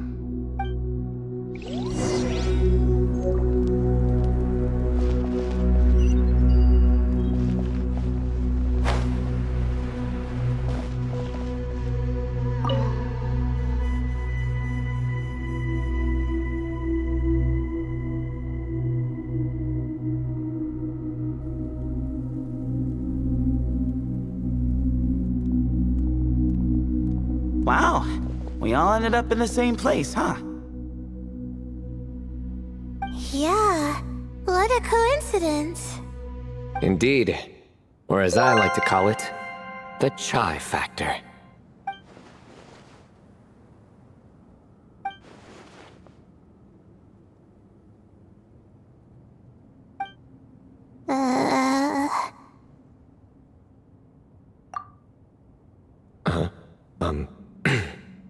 No reply? Just say it. All right. Because it's spice to sweet brew again. Oh, hey, that's a new version. Oh, wait, what? You've never heard that one? What are you looking for? A place to sit and read my book. Oh, great. What else is new? Well, looks like everyone made it through unscathed. Let's take this chance to get some water, rest a bit, and discuss what we learned. Sound good? Yeah, let's debrief.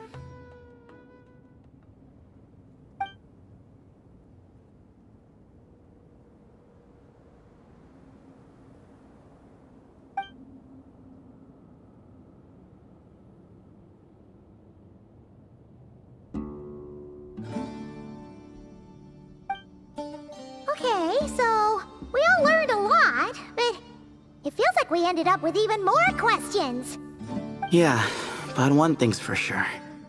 This place is tied to the Ibis King in some way. Hey, Cyno. You're the current representative of Hermanubis. Can you call him up for a sec? Of course. Just let me sense his presence.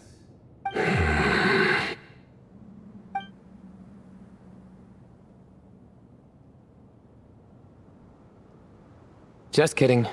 I can't sense him at all.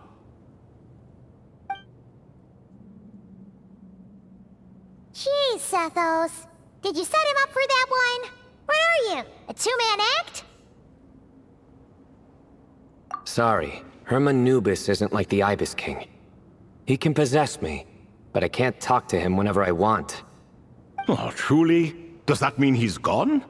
I would have liked to reminisce about old times with him. The cat! It speaks! Of course it speaks. In fact, it is not an it at all. You do me a great offense. My apologies. Esteemed cats, sir?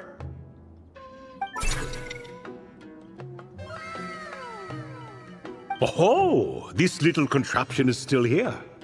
Contraption? No, this is Merak. Which means you do his assistant a great offense. Huh? Well, I didn't mean... Well, I apologize. I wasn't referring to this Merak, but rather the thing that operates it. King Deshret was quite partial to it. I have forgotten what it was called. It must have had an official name, albeit in the old tongue. Even if I did remember, I would need to translate it into modern language. It's not important. Merak's a fine name. Even better than the original, if you ask me. Who thought of it? And the remodeling, quite well done indeed. This Merak looks much happier in its current form. Oh, and the components should have model numbers written on them. You can look them up if you're curious. This cat talks a lot. Quite the one-sided conversation. Is this what the Ibis King was like? He seems quite eloquent. I wonder if he plays cards. Ha! I knew Merak was a great name. Go me! Let's see, what page was I on again? Should have brought a bookmark. That all went over Paimon's head.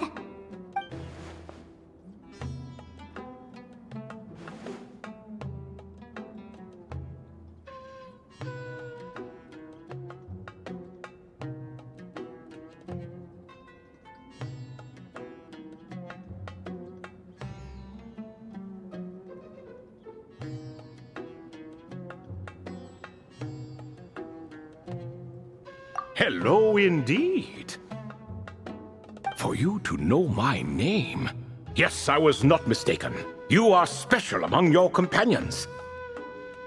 But you are all guests. It is only proper to invite you in. Come then, this way.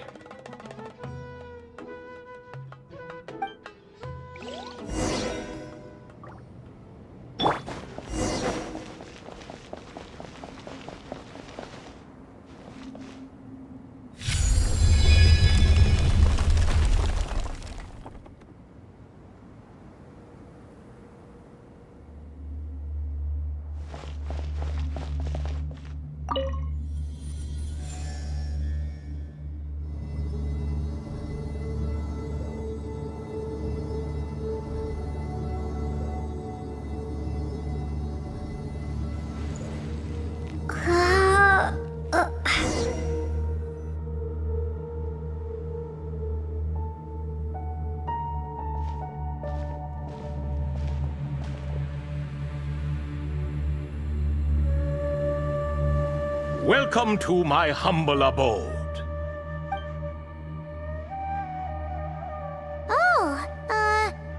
Your house sure is spacious, Lord Ibis King. I fear it's not quite what it used to be. In fact, it has long ceased to be my home at all. It belongs to the descendants of the cats I once raised. Such adorable creatures, aren't they? Take the one I'm borrowing here, for instance. A chubby fellow with such lovely fur. Anyway, tradition dictates that a special guest such as yourself be presented with a gift. Alas, it's a first-come, first-served basis, you see.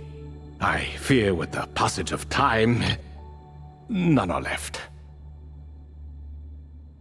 What? So the treasure's gone already? Treasure, you say? not an inaccurate description. Yes, and no. I have the power to grant gifts inaccessible to the masses. The only requirement is answering a question. Not a bad deal, yes? Of course, my questions were given unto me by King Deshret, who in turn received them from the Mistress of Flowers. There are 3, and no more. What causes our rise and fall? What obliterates love and hate? What determines truth and falsehood? The more he talks, the less Paimon understands. I see. That must mean Gudars and Makaira managed to answer 2 of the 3. Ha ha ha! Another who understands. Oh, so that's the event those 2 slabs are depicting. Ah, priests and their records. A singular obsession, and quite boring too. After being imprisoned within Aaru, I could, on occasion, take the form of a cat to converse with those around me. But I despised speaking to them. No conversational skills whatsoever. Now, humans like you who stumble in here from time to time, you are much more interesting. Hold on! We're getting off topic again. The 3 questions you just mentioned? What are they for, exactly?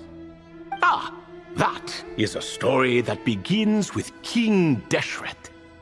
And we're in for another long one. Nostalgia for the past is common to us all, is it not? And our king, he was such a proud, solemn man in those days. He watched us speak of the present and the future, of the wisdom we possessed or were about to obtain. We were his proud retainers, confident in our belief that, so long as each one of us used our abilities to the fullest, progress was inevitable. Yet, King Deshret's ambition was not destined to be allowed in a closed-off world such as this.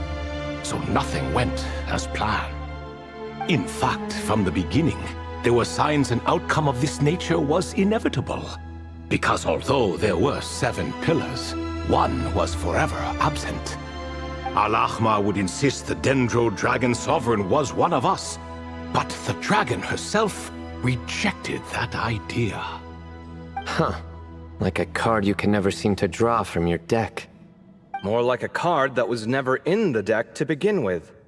Alas, that's just who Al-Ahmar was.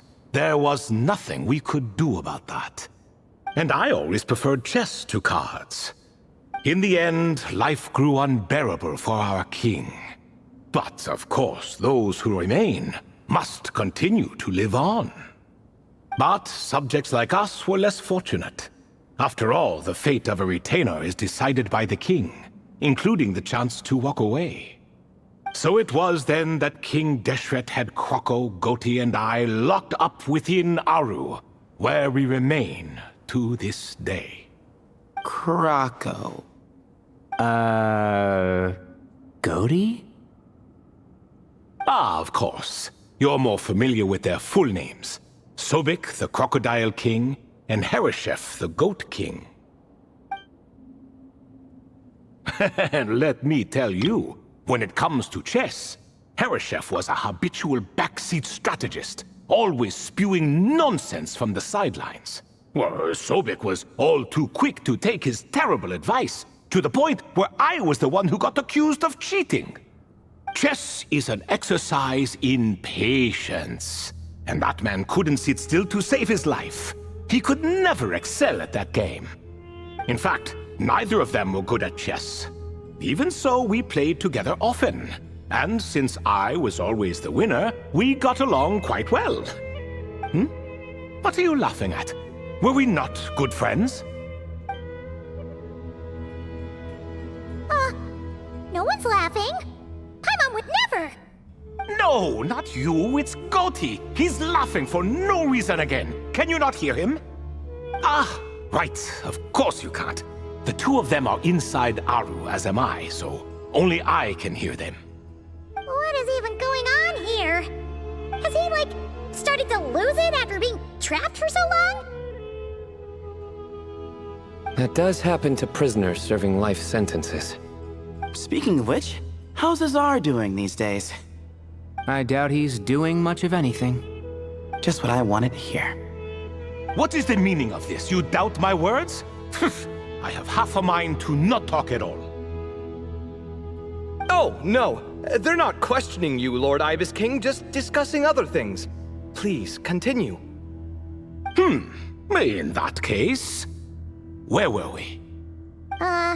Getting to the part about the 3 questions. Hopefully. Ah yes, we're almost there. Before I entered Aaru, King Deshret said I could be released from my eternal seal if I chose humans who could provide the correct answers to those 3 questions. The first person who caught my eye was Gudar's. I asked him, what causes our rise and fall? He answered, conspiracy and betrayal, for it renders the righteous and wise unable to succeed, and thus nations fall. I found his answer quite interesting, so I bestowed upon him the power to deceive. The second human I chose was Makaira. I asked her, what obliterates love and hate? She said unto me, I have nothing left to lose. Vengeance alone can quench both love and hate. I found this to be another fascinating response, so I granted her the power to be loved. But both of them ended up... Now then, young one, riddle me this. Did their answers point to this fate, or was it the power I bestowed upon them that determined their end? I'm just an observer who doesn't understand their circumstances, so I can't answer. A clever reply. I do not wish to comment either. It is all in the past at this point. My only wish was for their answers to be acknowledged by King Deshret's rules, and bring me one step closer to freedom. As for the final person, her fate remains to be seen, so I will not reveal her name.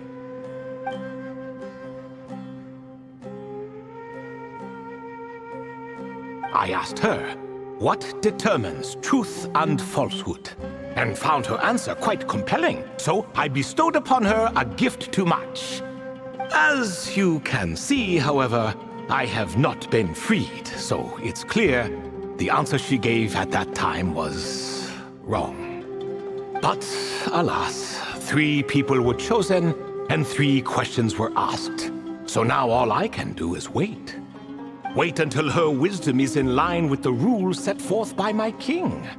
Until she has found the true answer to that question. No wonder there was no 3rd stone slab then. Or perhaps you're just not ready to include her in the story. Though that might be a generous interpretation. Well, it's not merely because her story remains unfinished. As the remaining priests of this place left or passed on, there were none left to record the events that followed. Besides, stone slabs are few and far between in the Great Red Sands. In the sprawling desert, very few things or people even manage to leave a trace. But sometimes I can't help but wonder, if that young man from several centuries ago had been willing to answer my question, would I have left Aaru by now? Wait, so there was someone else? Of course, it has been thousands of years after all. All sorts of people have stumbled upon this place, but I only chose the special ones. That young man had such a singular intelligence, though his companion, by contrast, was rather average. The author of those notes we found? The student named Zandik? Ah, yes, I think that was his name. In truth, I was unsure whether I should grant him my 3rd remaining gift. He was, of course, exceedingly clever, but he was also mistrustful and narcissistic in equal measure. and there did not seem to be a line he was unwilling to cross. Too much power could be dangerous in the hands of someone like him, so I found myself rather relieved when he declined my gift. Oh, he turned you down? Did he give a reason? Yes. He said he didn't need it.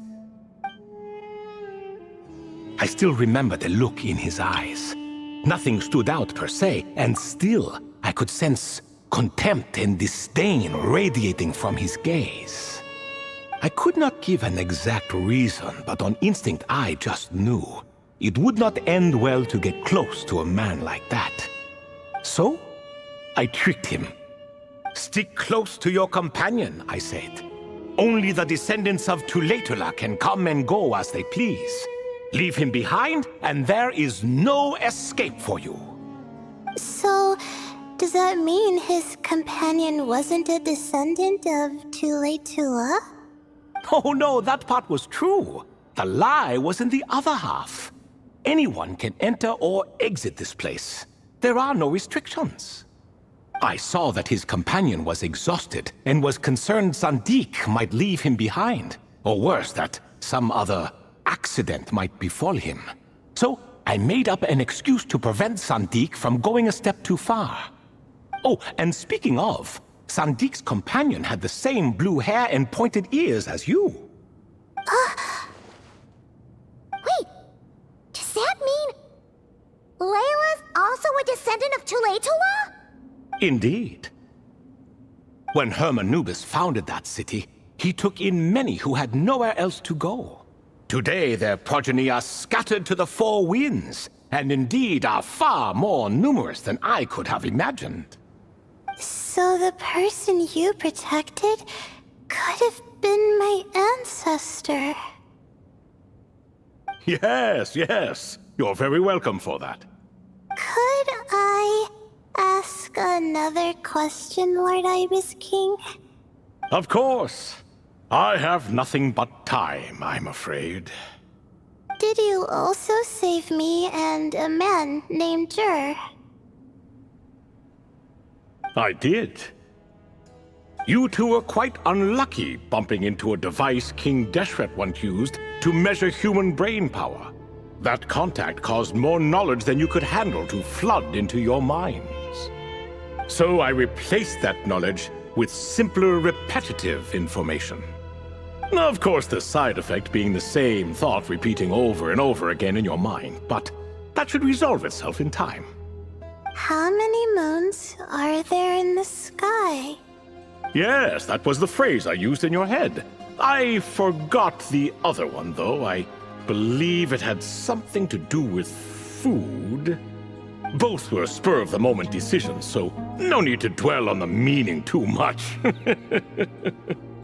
Oh, I see. Thank you, Lord Ibis King. As I said, young one, you are most welcome. If you're inclined to return the favor, perhaps you could turn off that device so no one else can trigger it? There's only so much a cat's paw can do, so I'm afraid this is something I must leave to you. Or Marak, I suppose. Oh, splendid! Another one bites the dust. Such is the fate of things here. Day by day, little by little, the remnants of ages past fade into obscurity. For that reason, the gifts of bygone eras, be they tied to your blood or technological in nature, are not to be revered. They are tools, nothing more. Disrespectful? I simply make the most of what I have. Besides, our king has been gone all these years. What good does it do to revere him now? Oh, are you talking to the Goat King again? No, Croco this time. He's pestering me for another game of chess. Says he wants to even the score. Wishful thinking, if you ask me. If we counted one push-up for every loss, he'd owe me 300,000 by now. Of course, that's just a rough estimate. I've never kept count. It appears that's something you like. Being someone unable to be defeated. I suppose so. All right then. Time for me to extend my winning streak, and for you all to head home.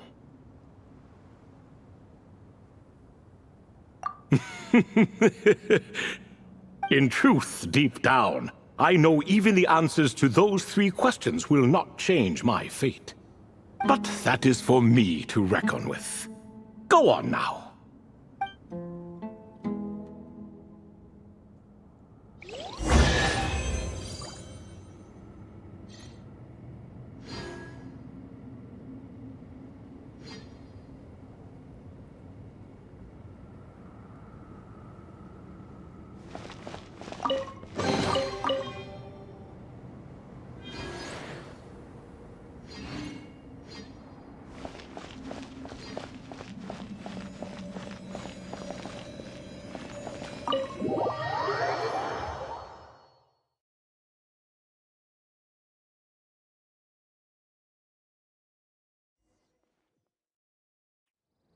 Excuse me?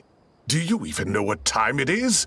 I've harvested 3 crops of tomatoes while you've been gone. You're exaggerating, Professor. I'm making a point. There's a difference. Sincerest apologies for keeping you waiting, Professor Cyrus. See, that's what I call manners. Now, are any of you hurt? Nope. It went way smoother than we expected, actually. I presume the investigation is complete then. Come, tell me all about it. Oh my, did you luck out? If you've read the work from the Vahumana Dashan, you would know that the Ibis King is, well, let's call it a mixed record. Perhaps he softened up a bit in his old age, and that's why he chose to help you. Or perhaps he just didn't have a good enough reason not to help us. See? Marak agrees. How do you even know that's what Marak meant? That could have just been a happy noise. In any case, there's a lot to be happy about. We figured out what happened to Layla and Djer, and there were some unexpected takeaways too. Yeah, I never expected to learn about my ancestry. I've always thought of myself as just an ordinary student. I never would have even considered something like that could be true. Come to think of it, our ancestors might even have been friends at some point. Huh? You're right. Maybe I should take a trip back home to see if I can find any records about that. Oh, I was just throwing that out there. I wouldn't want you to go to the trouble. It's fine. My advisor gave me a break, and I still have a few days left, so... Oh, wait. My study topic. I haven't made any progress at all. No. I need to focus on that instead. Right. Couldn't you help her, Professor? Huh? No, I could never. Me, you say? I'm from the Spatamar Darshan, and I don't think that Nephis or Zahahadi researched the stars. All I have to offer are my homegrown tomatoes. Although I suppose it's not impossible. I can ask a few old friends to recommend some interesting topics. You really don't have to. It sounds like a lot of work. Hardly. A few passing questions while we water the plants? It's no trouble at all. Thank you so much. Of course. Now it's getting late, and you all must be tired. Let's wrap things up here. Some say desert nights are the sun taking mercy on us after the heat of the day. So, let's leave while she still feels merciful.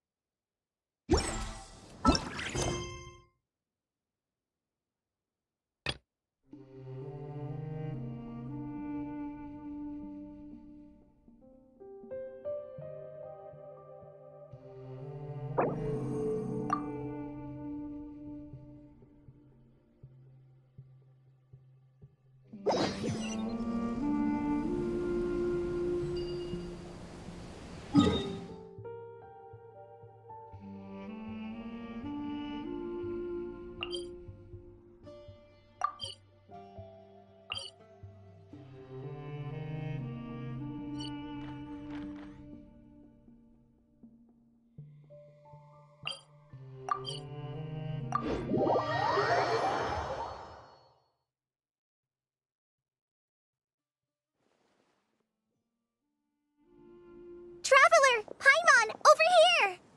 Welcome to the home base of the Fieldwise Center! As you can see, the core projects are already up and running, so we can get to work at any time! Huh. This feels like one of those places light novels talk about.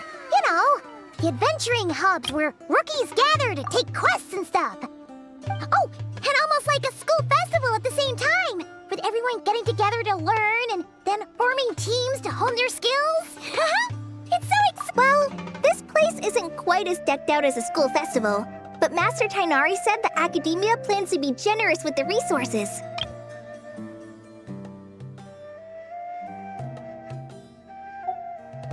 Anyway, before students and researchers head out on dangerous field missions, they can come here for advice and emergency training.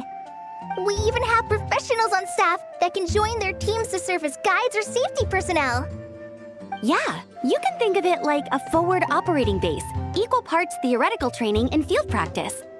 We'll familiarize new recruits with potential challenges in the wild and take them through drills so there's no reason to panic during the real thing. Amber, you're here too? Surprised? I know I was. I'm off duty right now, so I was planning to just drop in on Collei for a bit. But I didn't realize how busy she'd be. I'm not the type of person to sit around and watch, so I decided to be her assistant. Sorry, Amber. I didn't mean to put you to work during your time off. Don't worry about it. A little relaxation balanced out with some fulfilling work is a great vacation in my book. Plus, I've learned a whole bunch of stuff too. And I got to see the Traveler in Paimon again. I mean, it just keeps getting better. We should have a giant feast once we're done here. How does that sound? A feast with the first friend we met in Sumeru and the first friend we met on our whole journey.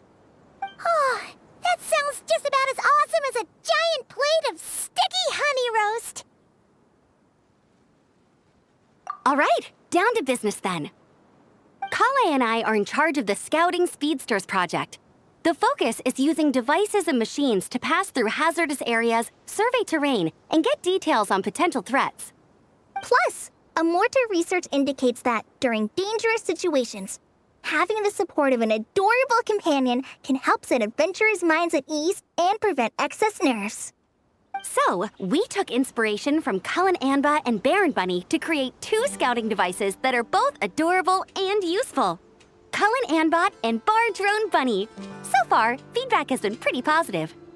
Once we've collected enough data, the Akademiya will continue to refine the scouting buddies and release even more designs. A bunch of Cullen Ambas and Baron Bunnies running around the wilderness? What is that gonna look like?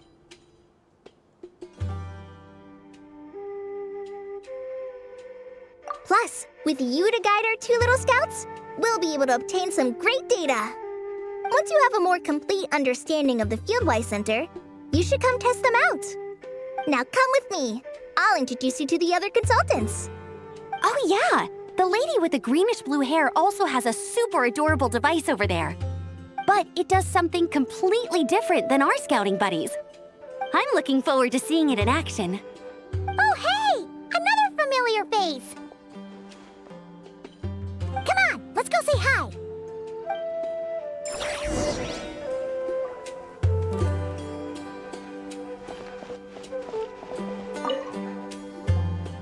It's really that popular. The internal locomotion mechanism is clever enough, and the execution on the terrain recognition, remote control, and weight detection modules isn't bad. But the appearance... it might as well be a doll for a child. No, this won't do. Madam Faruzan, great news! The Traveler and Paimon agreed to join! The Fieldwise Center just leveled up big time, huh? Hello, Madam Faruzan! We're here to help! Well, look who the cat dragged in. Excellent job, Collei. Snagging 2 top experts with undeniable adventuring expertise. Now the League won't be able to say a word, no matter what kind of feedback I give. Now tell me, what do you think of this puzzle, pal? Whoa! It looks just like you! It's a collaboration between my juniors in the Haravatat Darshan, the Puzzlers League, and the Synopsium on Ruin Mechanisms. Clearly, the technological aspect is quite advanced. But the appearance... it couldn't be more childish. You should have seen Anise, defending this design choice with more passion than her thesis. Young people these days. Far too obsessed with making things cute. Paimon kinda likes it. Collei and Amber were just saying how cute companions can help adventurers stay calm. With a doll that looks like you by her side, Paimon thinks she could go adventuring in a super dark ruin and not even get scared. Well, that line of thinking does have merit. And I suppose choosing this particular appearance is a sign of their respect. For me. Still, there are adventurers who place greater emphasis on reliability and technical composition. People like that don't just want their devices to be able to survive an avalanche, but to look the part. And for their appearance to reflect the high-tech composition. The fluffiness of this Puzzlepal, on the other hand, doesn't give the impression it would be a reliable or formidable device. The appearance may even be distracting. Now picture this. A thick metal casing, square in shape, with a matte finish and openings to showcase the complex technical composition. That would have much more visual impact. I'm the perfect example of this. I have a youthful appearance, and so people question me on occasion. If I had a head of white hair instead, things would be different. Really? Then, do you want Paimon to talk to them? She has white hair. What? No! That's not the same thing. I didn't realize you had such strict views about this, Madam Faruzan. Huh? So, even you prefer this version? Well? If that's what you really think, then fine. You'll have to come back and test it out on some puzzles, Traveler. I'll rate your effectiveness in using the device and come up with a user manual based on your performance. As for improvements to its appearance, long-term observation is required, so I'll put that aside for now. I've already selected a few of the most suitable domains, so we can begin the puzzle-solving process at any time. Thanks, Madam Faruzan. I'm just gonna take the Traveler and Paimon to see the final project. But it shouldn't take long. Don't worry, Collei. You're the one in charge here. Just make sure to pace yourself. Once things calm down, come over to see me and we'll have a nice chat. I'll even treat you to some snacks from back in my day. Snacks! Paimon's in! Paimon's in! Thank you, Madam Faruzan. I'll bring a few boxes of floral tea as well. Go on now. Do me proud.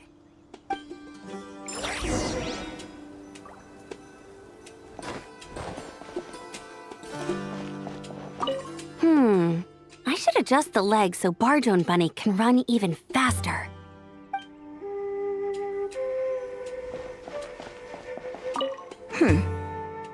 Perhaps we shouldn't change it after all.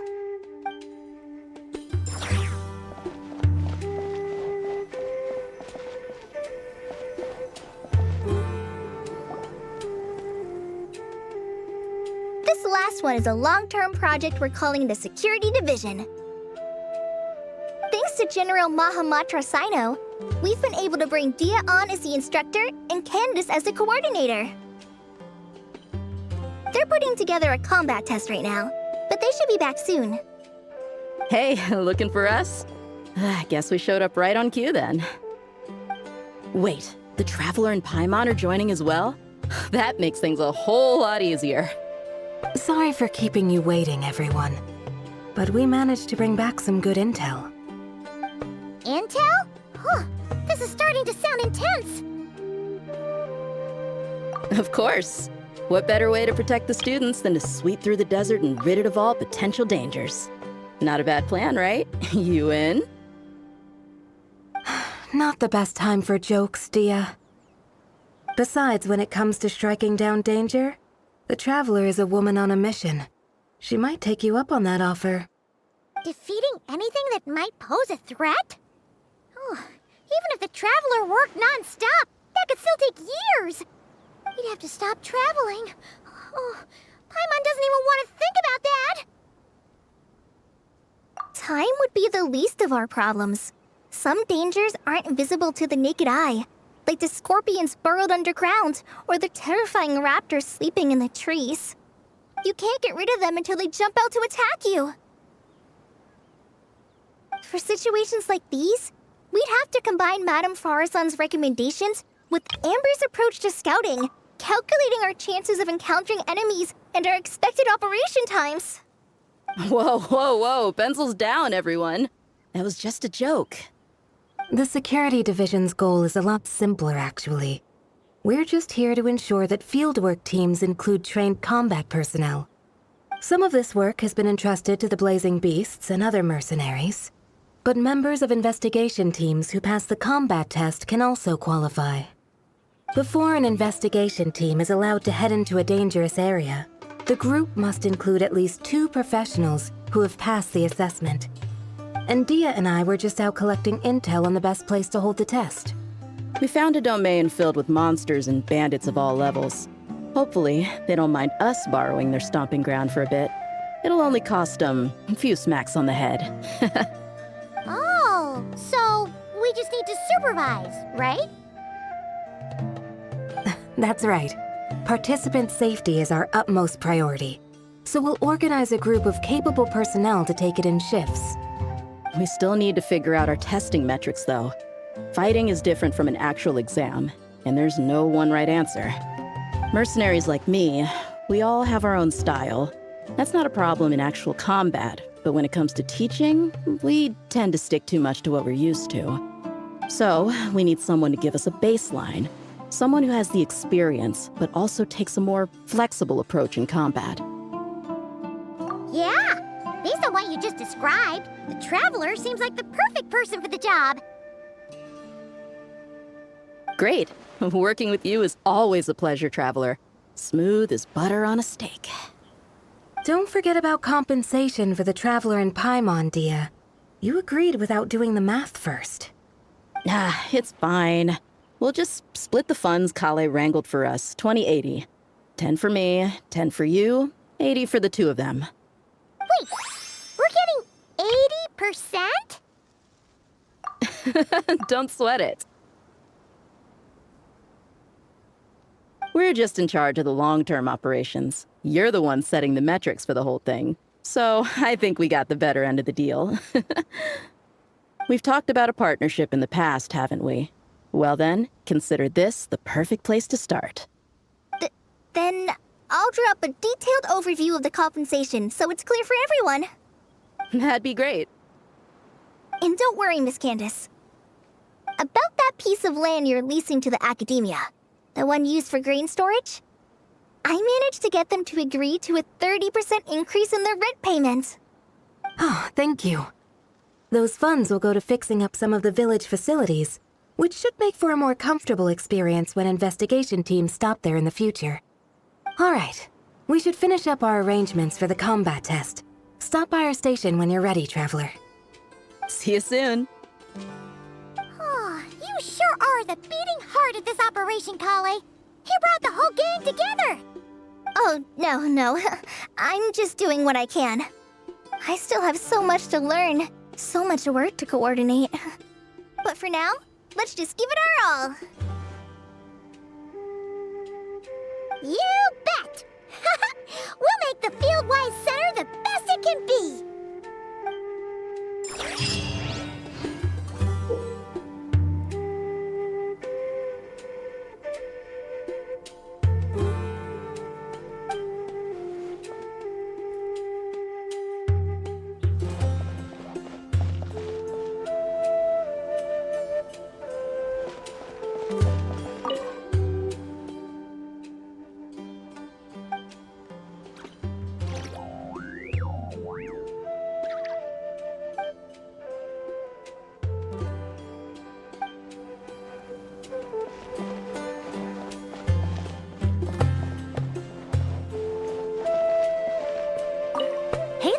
Ready to go full speed ahead with Cullen Anbot and Bardrone Bunny? Our two scouting buddies are tuned up and ready for testing.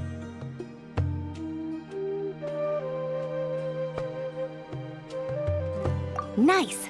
Sure takes you back to the gliding test days, huh?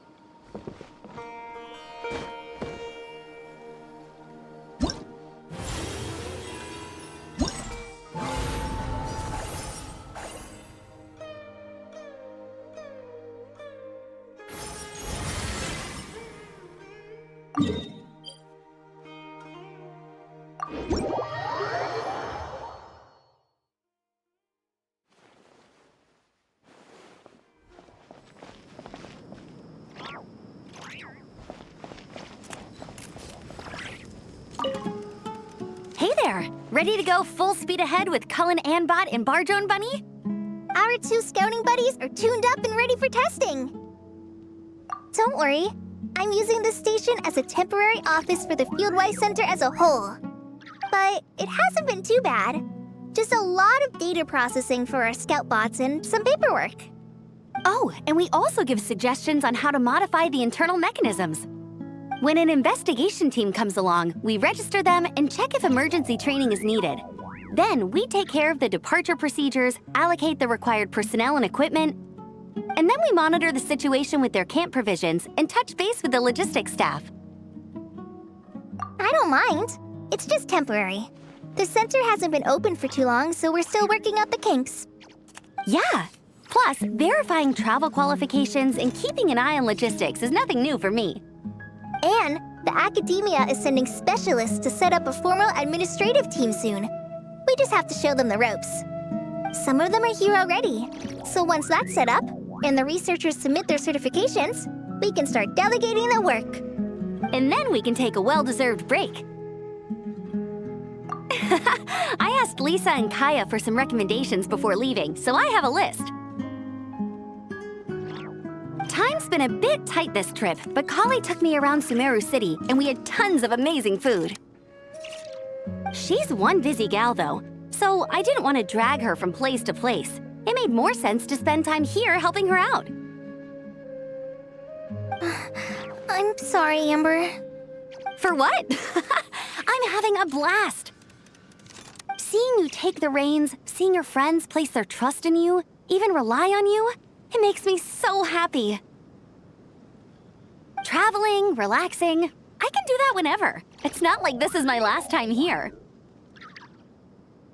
Besides, once we're done, there will still be more than enough time for sightseeing. That makes me even more determined. You don't need to worry about me, Amber. I've got this.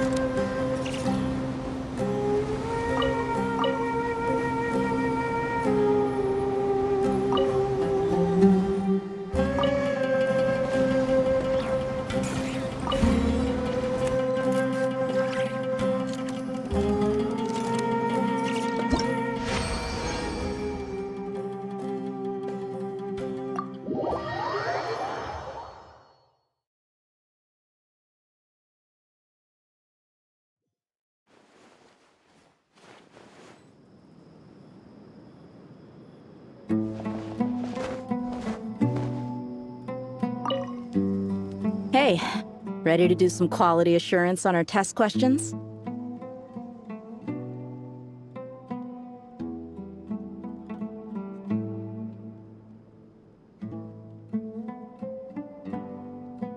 Sure. Feels like it's been ages since we last saw each other. If we'd known you were coming, we would have prepared a whole welcome feast. All new recipes and everything. It's a funny story, actually. The last time I was in Fontaine, I brought a few cookbooks and some spices back with me.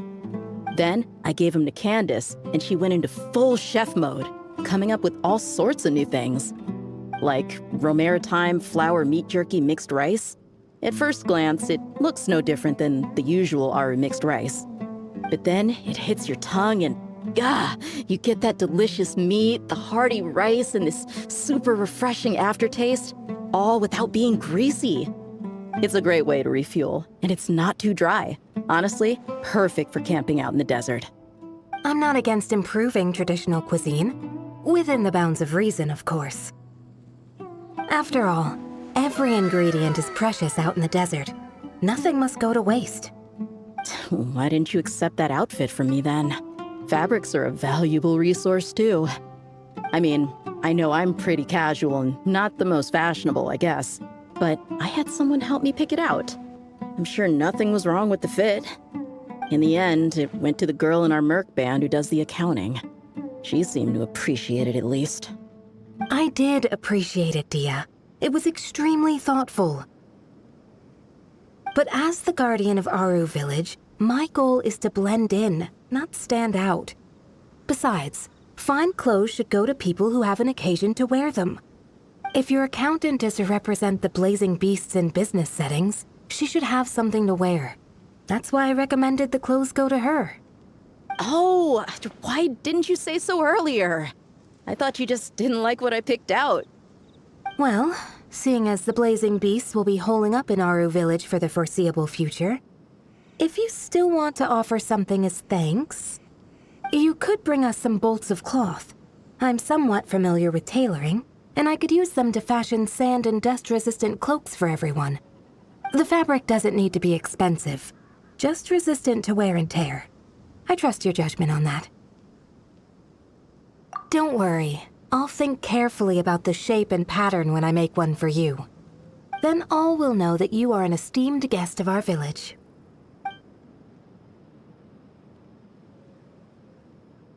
Oh man, I'm getting kind of excited. In that case, maybe I'll head to Liyue next. I've heard you can get some really nice fabric there without breaking the bank. Oh, and they've got a huge selection of silks as well, if that's what we're going for. But they've also got security in spades, so no merc work for us. We'll just be tourists. Polite, well-behaved travelers. Once we're done here, I'll make a plan with the rest of the beasts.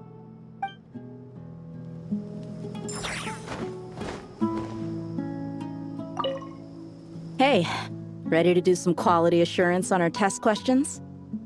Wonderful. Just don't forget to pace yourself. Yep, all you gotta do is defeat a certain number within the time limit. But hey, leave some for the trainees, okay?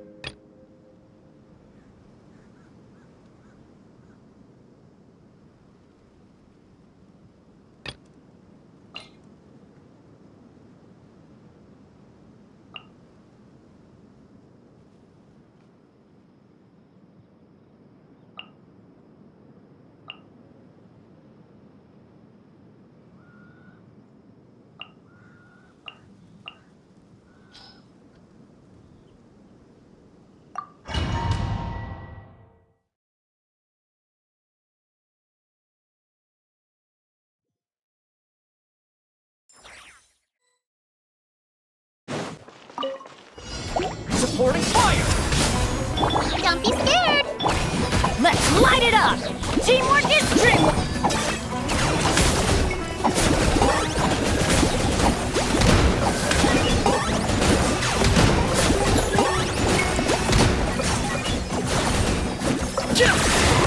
Oh, don't get too close! Glory to which none can compare! That one I'm in a bad mood. I'm going in! Insects! You must pay! Here's backup!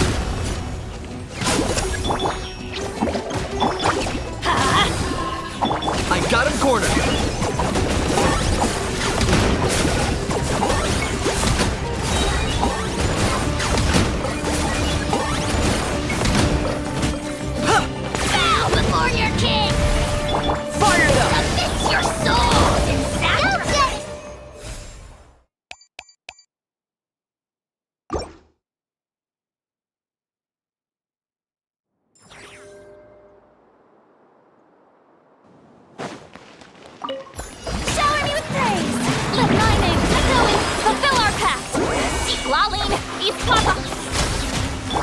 Settle down!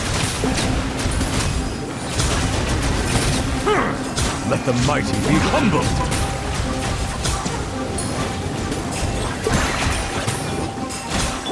Strike a pose! Time to shine! Show no mercy! You two! The pinnacle of excellence! A dash of...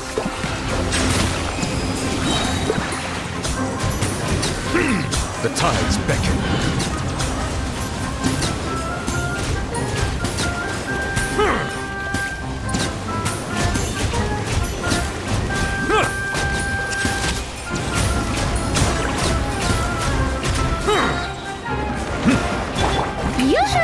Let my name echo in song! He's lolling! He's Papa! Off to the breather! Bow your head. Be sanctified.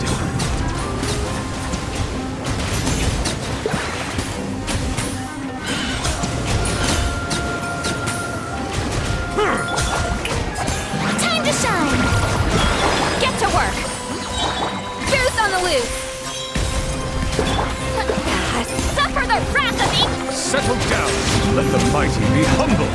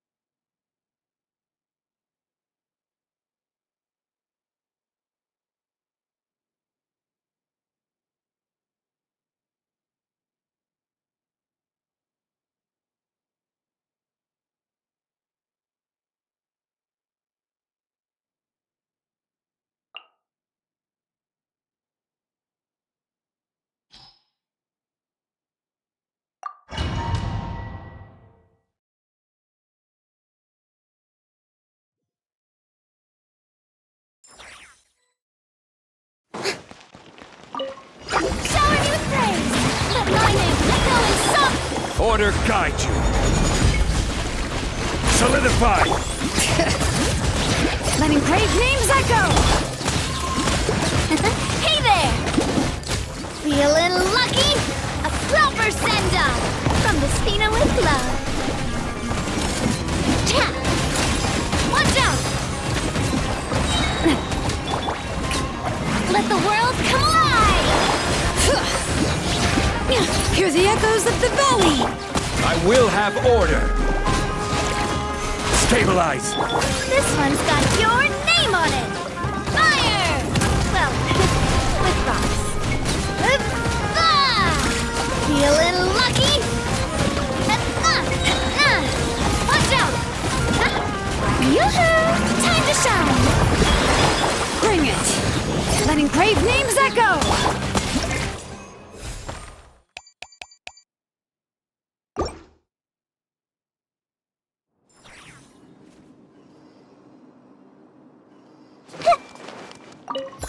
I see everything. Sharing my knowledge. Flash attack! Lightning terrified! Silence! The tides beckon.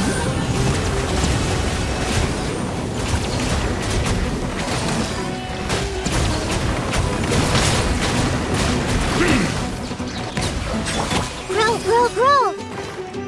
The Temple of Wisdom! Ding dong weather bomb! Out of my way!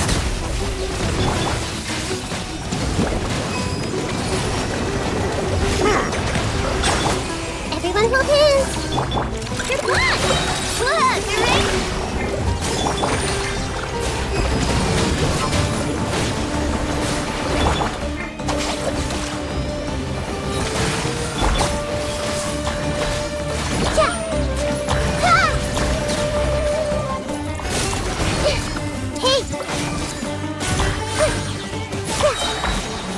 Sharing my knowledge!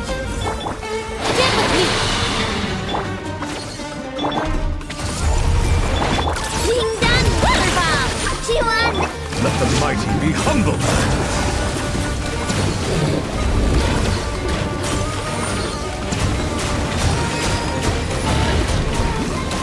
Settle down!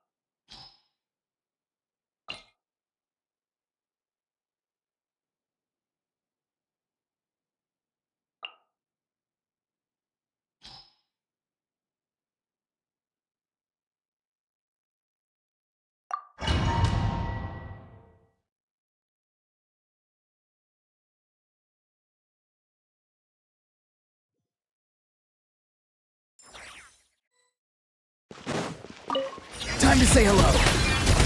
On my mark! Quick as a flash! Ha! Open fire! Locked on! Locked on! Faster! Stronger! Let's move! Tell me what you see. Wrath from the skies! Full throttle!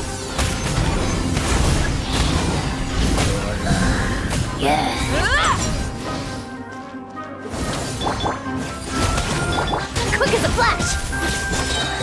On my mark! Hold on to your hats. Yeah! Let's fly! Open fire!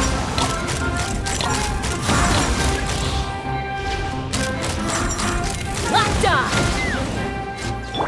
Go! You're free now!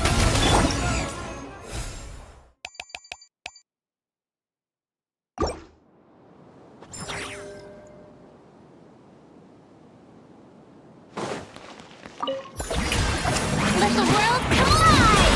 Fulfill our pact! Seek Laline! Eat Papa! Get him! The pinnacle of excellence! Bow your head. Be sanctified.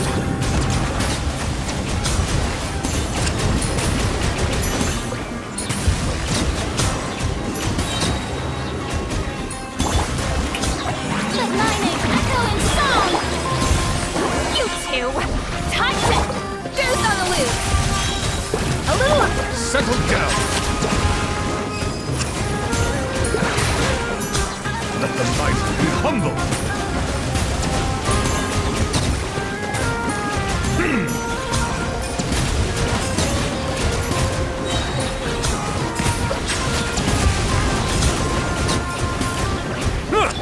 Shower me with praise! Let the world collide! Get to work! Suffer the wrath of me! A burst of sleep!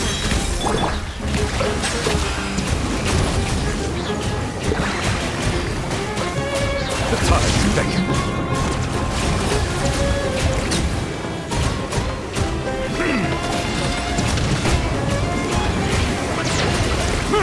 Silence! Time to shine! You two! Time to... Off to the brink...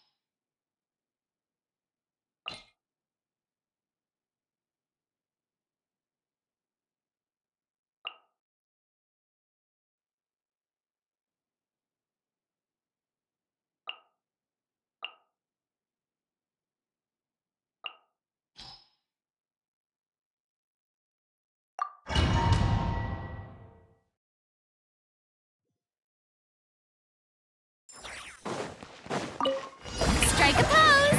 Let the world collide! Seek Laline! Eat Papa! Get him! The pinnacle of excellence! A little... Settle down. Be sanctified.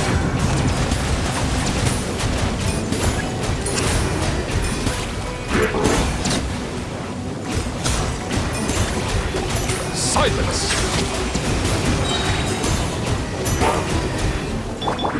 Let my name echo in song! You should... Suffer the wrath of Eastleigh! Deuce on the loose! Off to the... Let the mighty be humbled.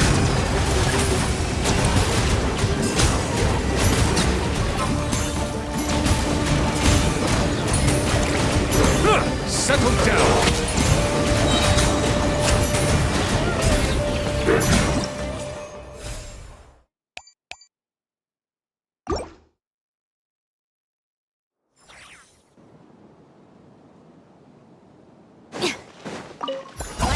Use the force authorized. One animal hypostyle. Stand clear. Flash attack! The night coming. Use the force authorized. Night falls. Observe. To dust. Dead with me. Absorption test. Wing down water bomb. Close your eyes. Observe. Fear the dark. Close your eyes. Dissipate. I'll settle this. Enhanced animal module 75. Look, your rainbow. Observe. Close your eyes. To dust. Observe. To dust. Use the force authorized. Dead with me. Stand clear. Wing down water bomb. Close your eyes. To dust. Use the force authorized. Observe. Out of my way. Dissipate. Swirl. Mark 2. Look, the rainbow. Close your eyes. Night falls. Beware the creature.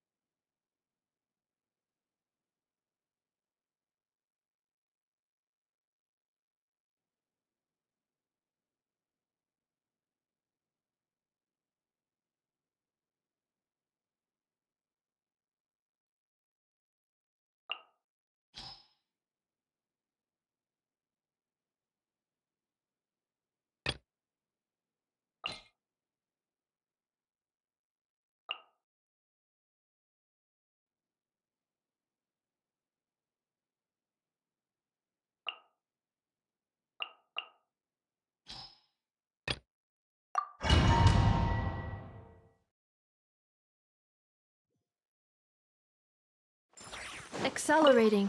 Cleanup sequence initiated. Preparing for dust up. Enhanced animal module 75. Wing down water bomb. Observe. Be silent. To dust. The long sleep beckons. To dust. Annihilation mode. Defensive mode engaged. Animal hypostasis emulation. Animal test 60. Flash attack! Observe. The night cometh. Be silent. Night falls. Preparing for dust up. Cleanup sequence. Stand clear. Wing down water bomb. Close your eyes. Observe. To dust. The long sleep beckons. Be silent. To dust.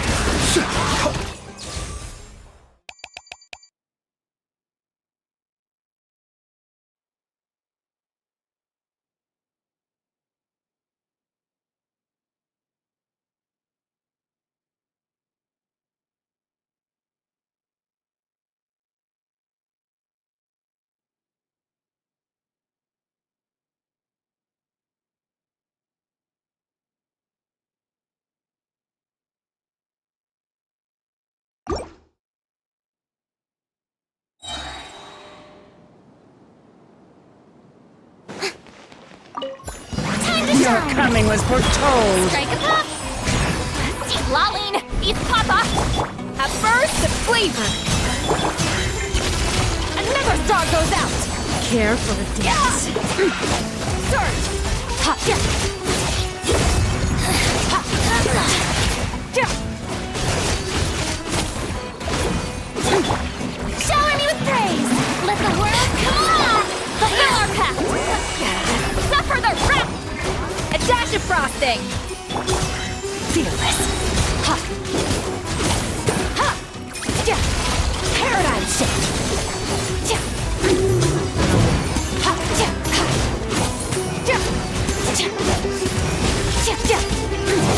Ha! Strike a pose! Let mine in! coming was foretold! Show no mercy! Lolling! Eat pop! A little amuse-bouche! Booze on the loose! Care for a dance? Mine to wield it! Ha! Ha! Yeah! Ha! Yoo-hoo! Let the world collide! You two! Time to... Up to the freezer! A burst of flavor! Extinguished! Ha! Your coming was foretold. Care for a dance?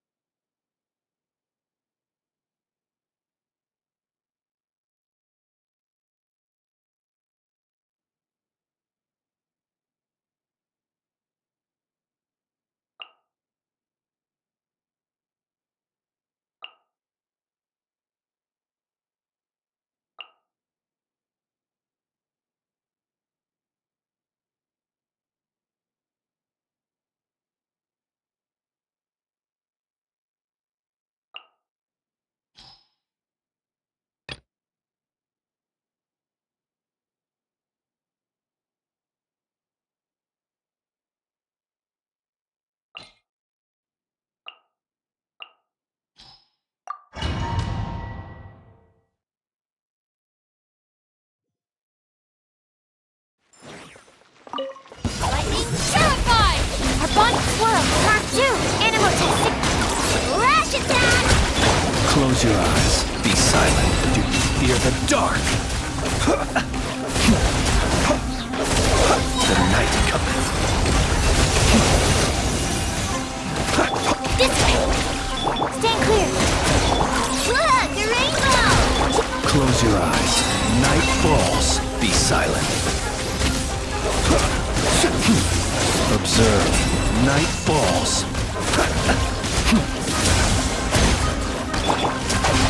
I'll settle this. Animal hyperstasis emulation. Lash attack! Be silent. To dust.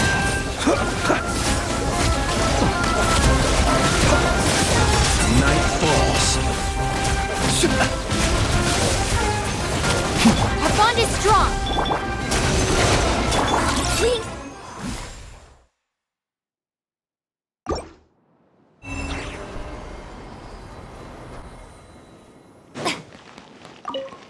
Time to shine! Eat Lolling! Eat Papa! Get him! Goose on the loose! Bow your head. Be sanctified.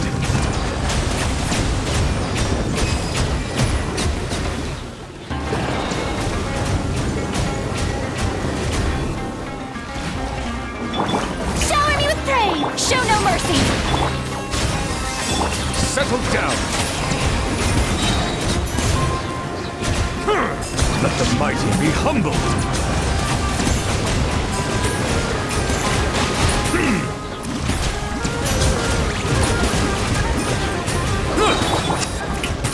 Let my name echo in song! Get to work! Suffer the wrath of me! A burst of flavor!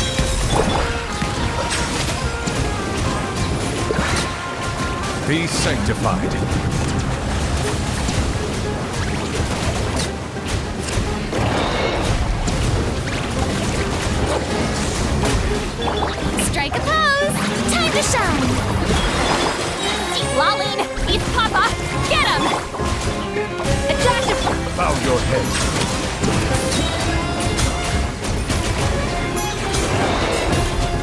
tides beckon.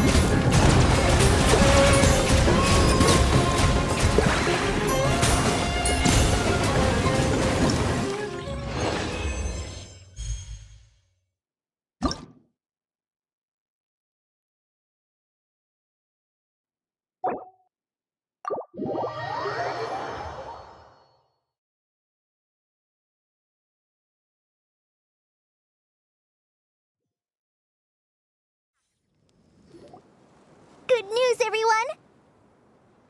The Fieldwise Center is getting a lot of praise from important scholars all throughout the Akademiya. Soon, they'll send a team of specialists to take over the management of this place, based on our recommendations. So, thank you for all the support. Wow! Sounds like your hard work paid off, Collei! And you're overseeing the transition yourself. Well done. The young students today could learn a thing or two from you, Collei. Your confidence, your proactiveness, your leadership. It's admirable. Not like some of the ones I teach. So focused on theses and research with no practical skills to speak of. To be honest, I don't feel all that confident. Being the go-between for all the different Darshans, coordinating everything, I still can't quite believe I managed it. Oh, but the Traveler and Paimon played a huge role in that too. I can't thank you both enough. Yeah, we're used to this kind of work. So for us, this was more like a super special camping trip with friends. You know, a few puzzles here, a little exercise there. It was super fun. Pretty much a piece of cake. Oh man, now Paimon's hungry. Hey, now that we're all done, why don't we go get some food to celebrate? Candace and I are 2 steps ahead of you. This way, everyone.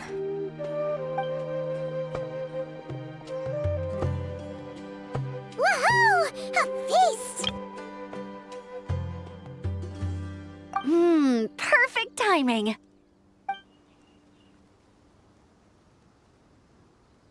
Oh, it's been a while since we've had such a delicious spread of dishes from Sumeru. Paimon feels like she could eat twice as much. No, 3 times as much as normal.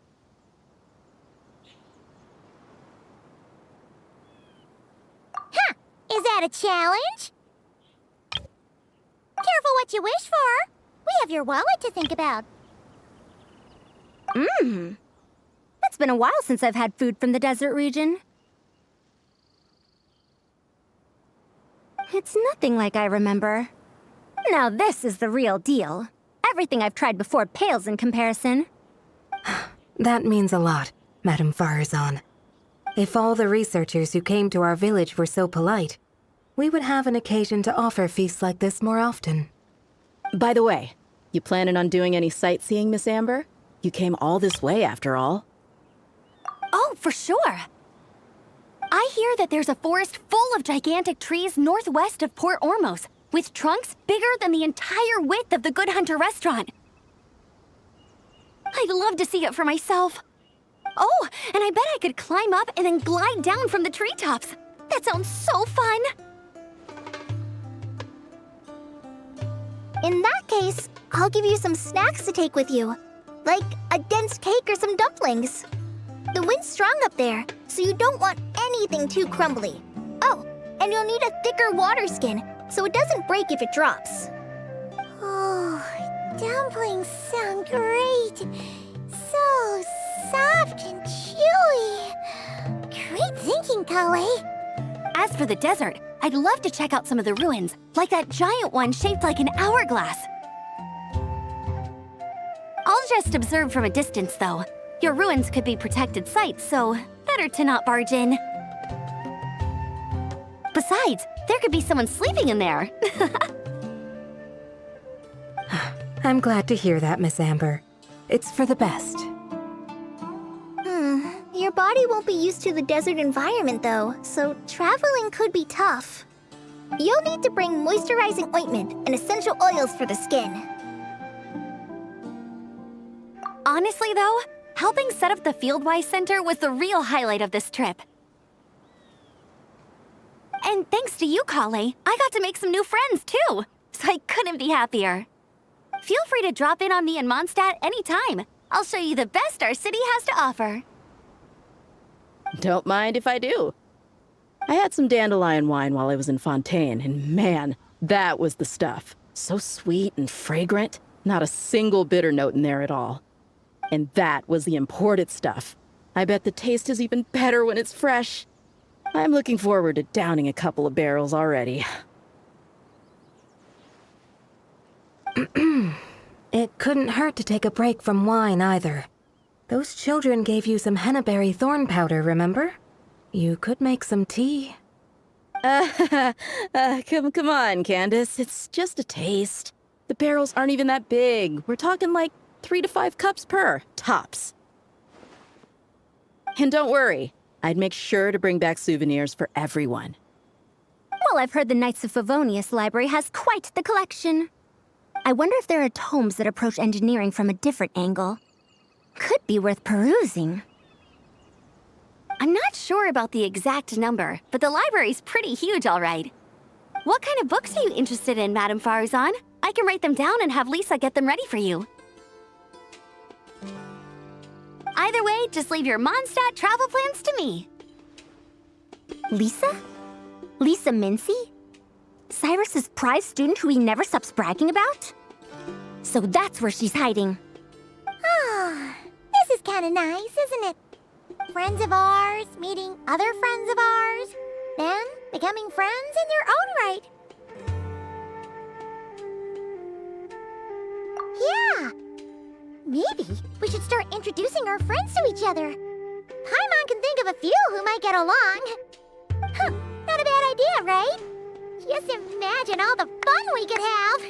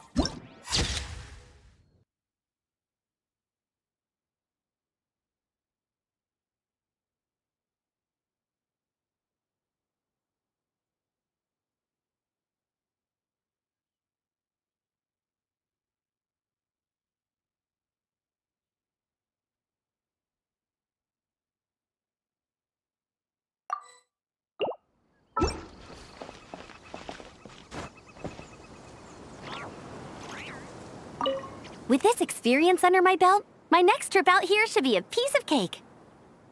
Of course, this one isn't over yet, but you've been going non-stop these past few days. Maybe we should head back to your place and take it easy for a while. Sounds good to me.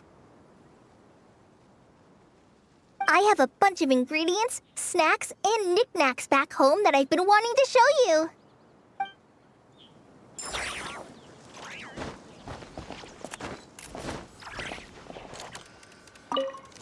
I had a wonderful time. Yes, a wonderful time indeed. Now to write a list of texts to send back with that enthusiastic young girl.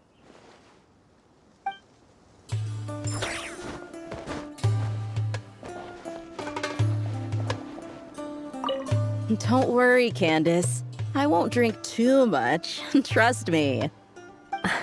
I'm not worried about that. I just think drinking some nutritious tea could help counteract some of the negative effects on the body. That's all. Well, lucky for me, I know how to drink in moderation then. Oh, and I've got quite a bit of that tea still, okay? So, thanks for that, but no need to send me more right now. Oh, and thank the kids for me as well.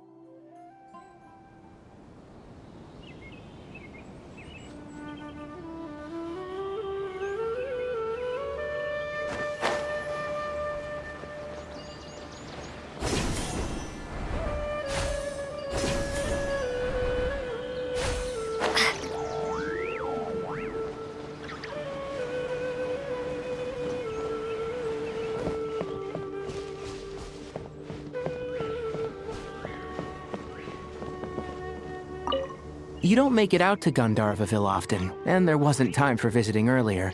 So why don't you stay a few more days? Sure. Got anything fun planned? Not really. We usually just go camping, do a little fishing, have a barbecue, things like that. Oh, and we invite the Traveler along too if she's in town. Nice! I love camping. And a barbecue is a must. Don't get too excited. You might not know this, but Tighnari doesn't use seasoning when he grills. Huh? No way. Don't listen to him, Sethos. I prefer a clean taste, but you can put on as much as you like. You could have at least played along. You've changed, Cyno. Man, it's a shame Hat Guy hasn't been around lately. Or I'd invite him to join. He's the perfect buffer for your nonsense. I wouldn't mind him tagging along either. It's just a shame he doesn't play cards. Do you want to know why? Absolutely not. Seriously though, where did he go? Has anyone seen him around at all? I heard he's taking care of something in Notcry. Oh, well, I hope it all works out.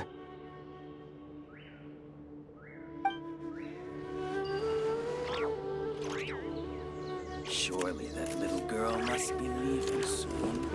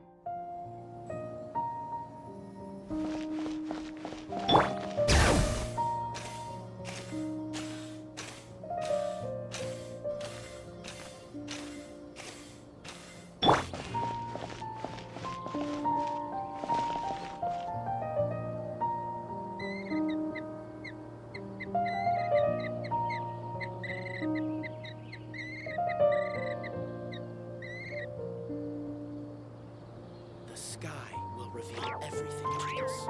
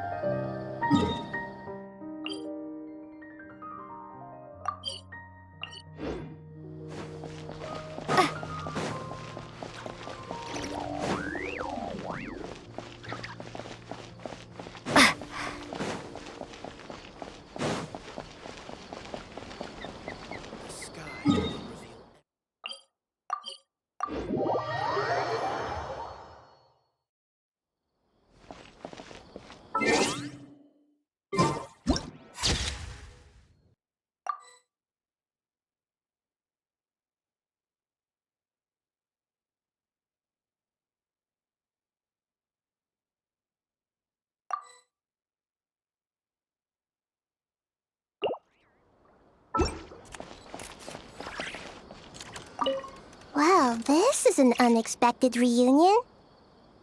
Like, 3 stars of different colors rising in the same sky. What a spectacular occasion!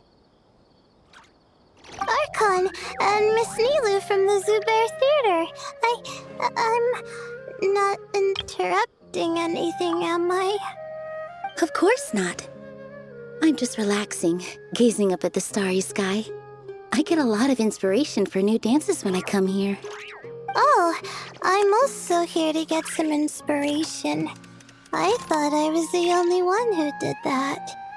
Of course, the inspiration I need has to do with my studies.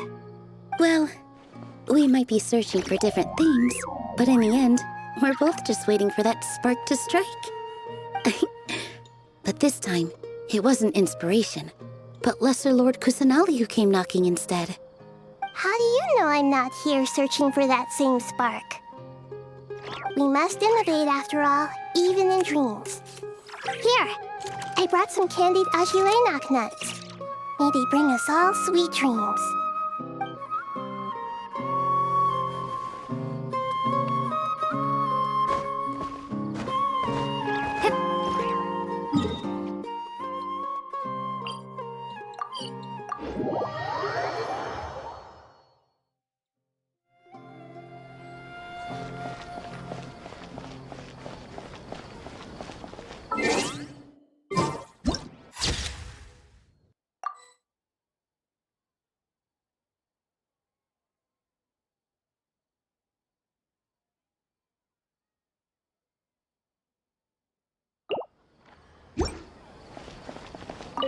Have you decided on what to eat?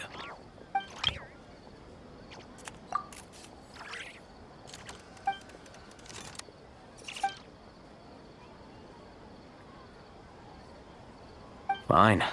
I'll go ahead and order then. Hey! Wait a minute! So, when you do the thing where you pretend not to hear a question if you don't want to answer, it works like a charm. But not when I do it? That's because you have to use it on the right person.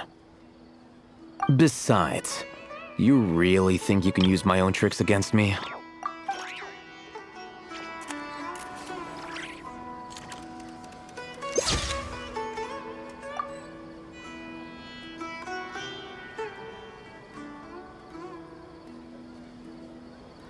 Makes me laugh every time.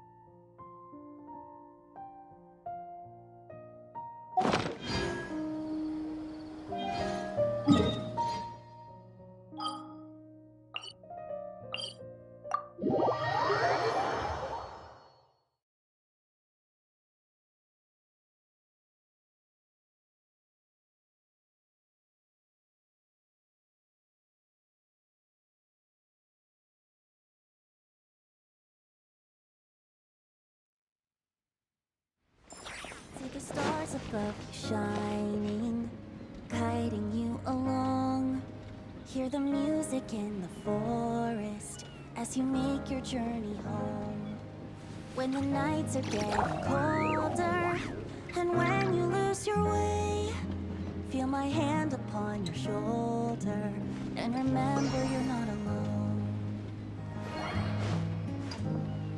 The scent of summer wine on the breeze, the lantern soaring over the sea.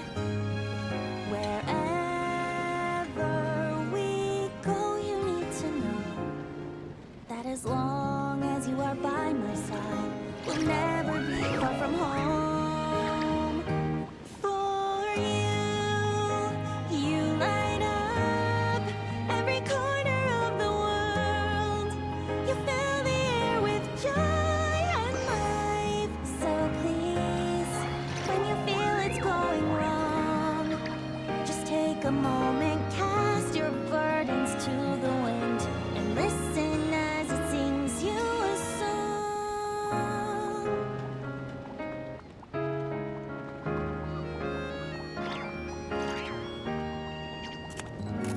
Long days that turn into sleepless nights.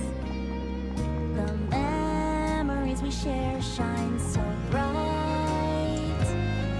Wherever we go, you need to know that as long as you are by my side, we'll never be far from home. For you light up every corner of the world. You fill the air with joy and life. So please, when you feel it's going wrong, just take a moment, come back to our special place, and there the wind will sing to you of how you light up every corner of the world and make us all feel so alive. You know, when the time has come to journey home, that every star and every cloud is smiling down on you, traveler.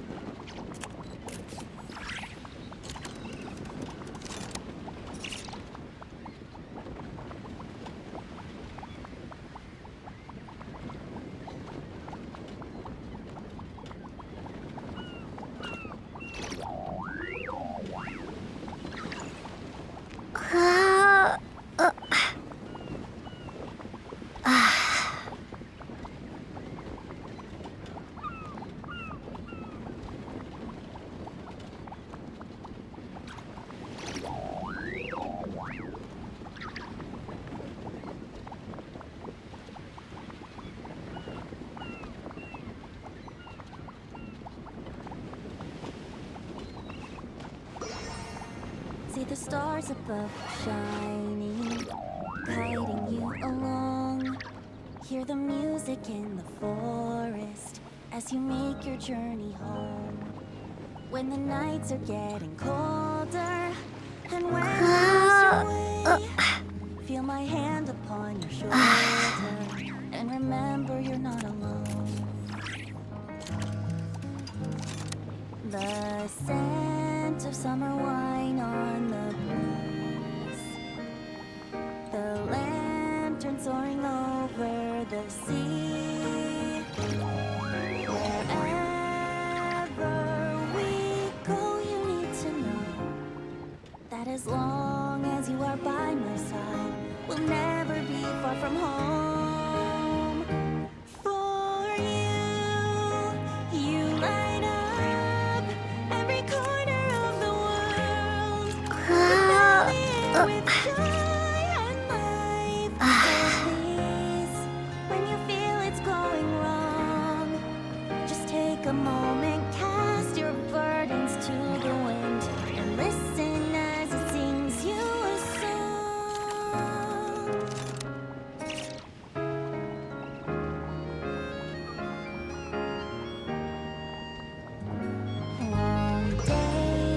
turn into sleepless nights.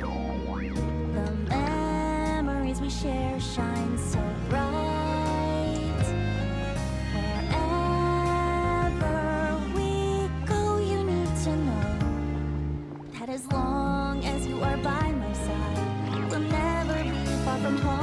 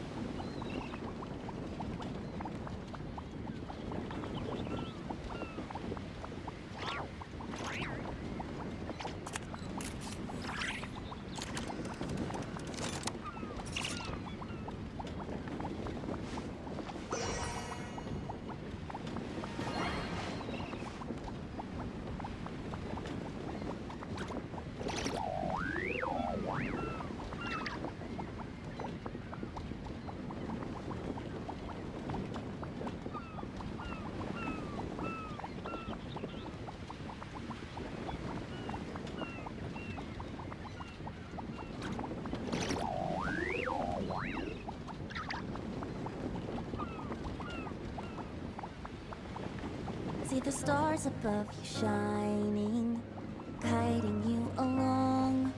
Hear the music in the forest as you make your journey home. When the nights are getting colder, and when you lose your way, feel my hand upon your shoulder, and remember you're not alone. The scent of summer wine on the breeze, the lantern soaring over the sea. Wherever we go, you need to know that as long as you are by my side, we'll never be far from home. For you light up every corner of the world. You fill the air with joy and life. So please, when you feel it's going wrong, just take a moment, cast your burdens to the wind, and listen as it sings you a song.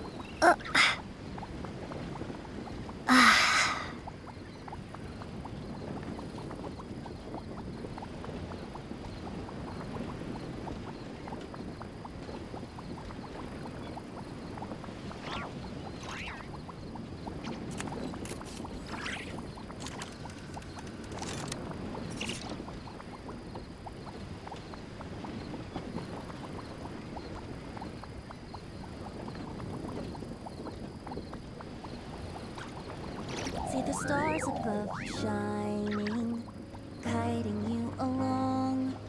Hear the music in the forest as you make your journey home.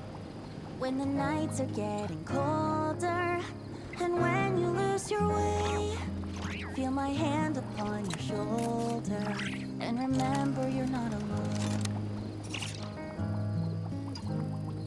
The scent of summer wine on the breeze, the lantern soaring over the sea. Wherever we go, you need to know that as long as you are by my side, we'll never be far from home. For you light up every corner of the world. You fill the air with joy and light. So please, when you feel it's going wrong, just take a moment, cast your burdens to the wind, and listen as it sings you a song.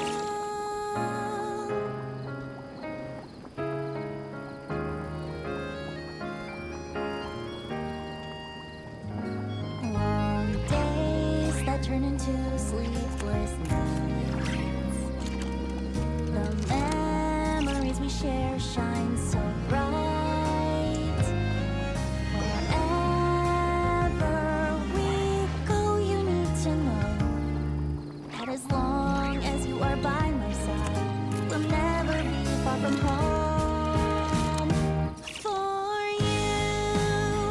you light up every corner of the world. You fill the air with joy and life. So please, when you feel it's going wrong, just take a moment, come back to our special place, and there the wind will sing to you of how you light up every corner of the world and make us all feel so alive.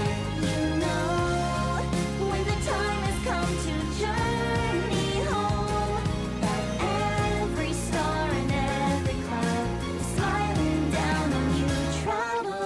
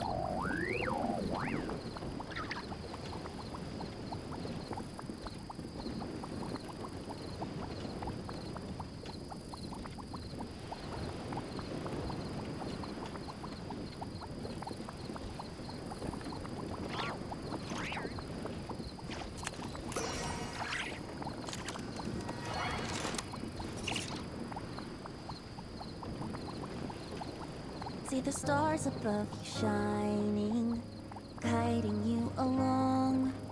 Hear the music in the forest as you make your journey home. When the nights are getting colder, and when you lose your way, feel my hand upon your shoulder, and remember you're not alone. The scent of summer wine on the breeze, the lantern soaring over the sea. Wherever we go, you need to know that as long as you are by my side, we'll never be far from home. For you light up every corner of the world. You fill the air with joy and life. So please, when you feel it's going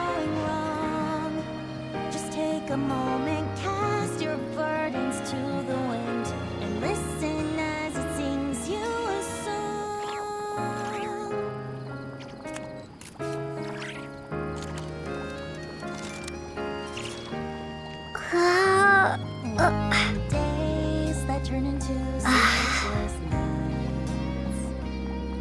The memories we share shine so bright. Wherever we go, you need to know that as long as you are by my side, we'll never be far from home.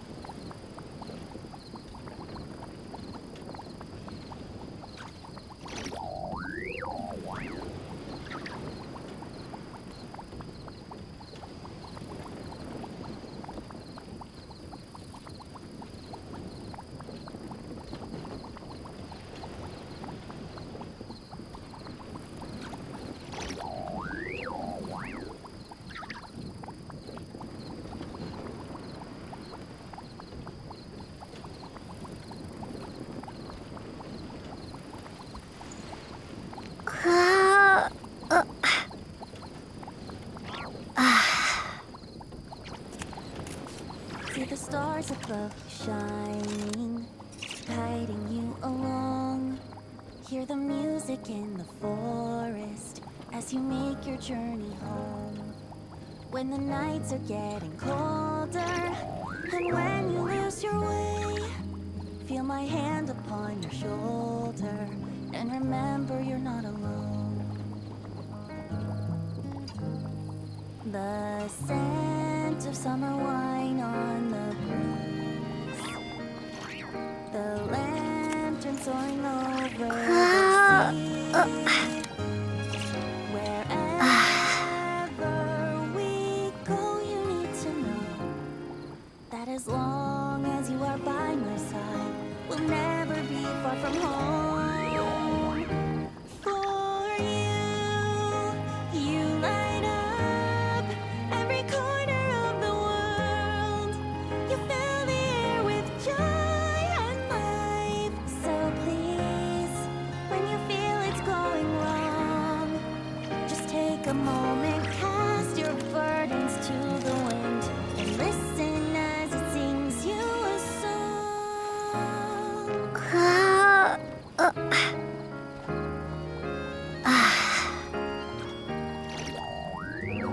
Long days that turn into sleepless nights. The memories we share shine so bright. Wherever we go, you need to know that as long as you are by my side, we'll never be far from home.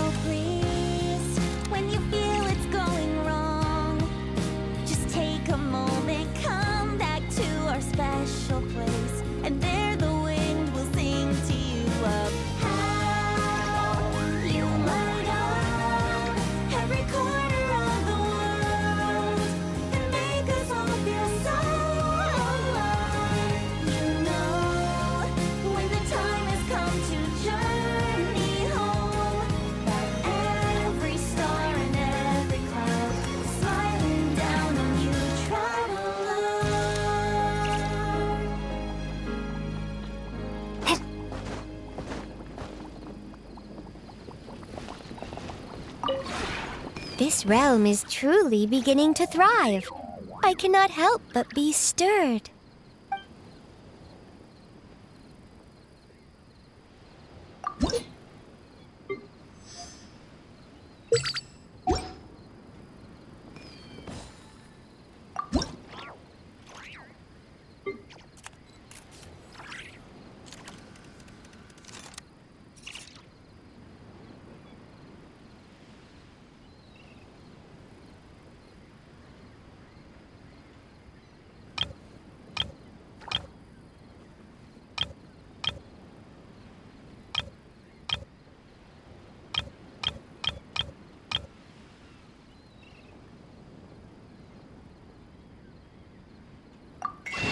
Stars above you shining, guiding you along.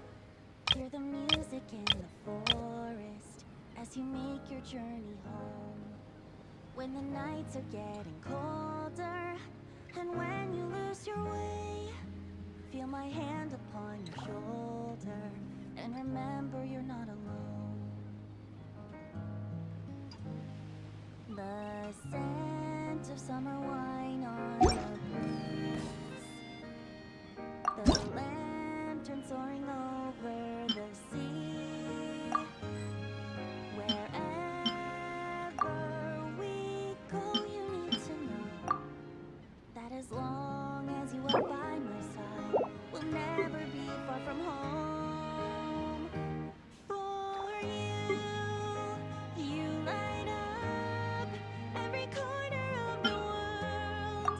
Fill the air with joy and life. So please, when you feel it's going wrong, just take a moment, cast your burdens to the wind, and listen as it sings you a song.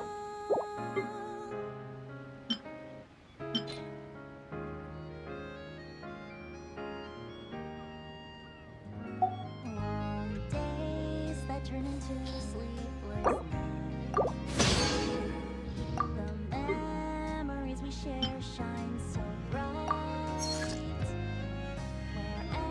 Wherever we go, you need to know that as long as you are by my side, we'll never be far from home.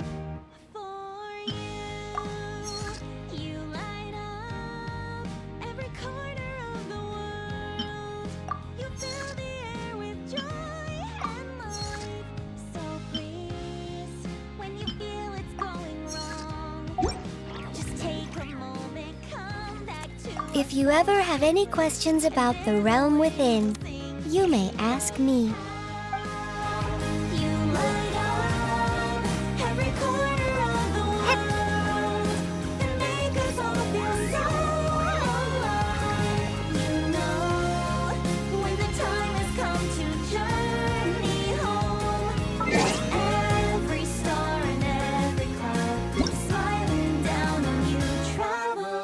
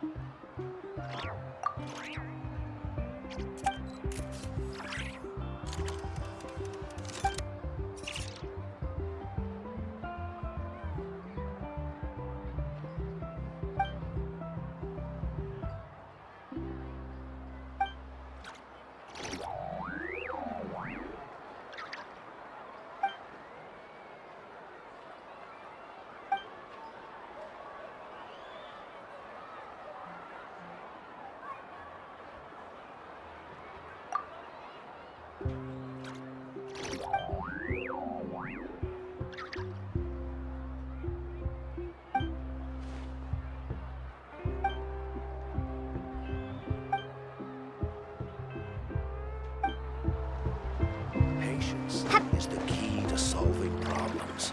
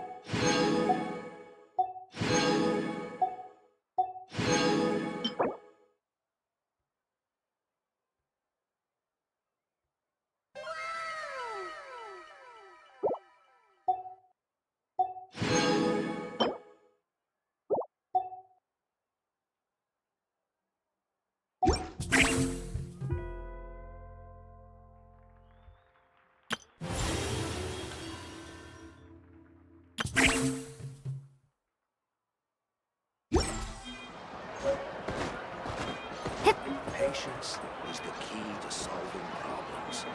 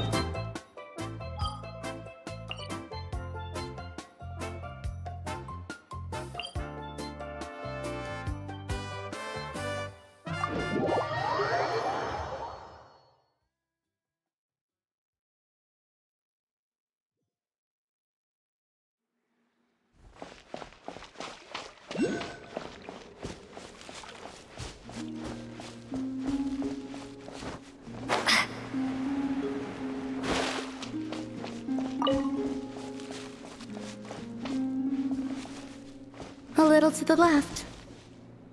A little to the right. Yes. Well done. A little to the left. A little to the right. Yes. Well done.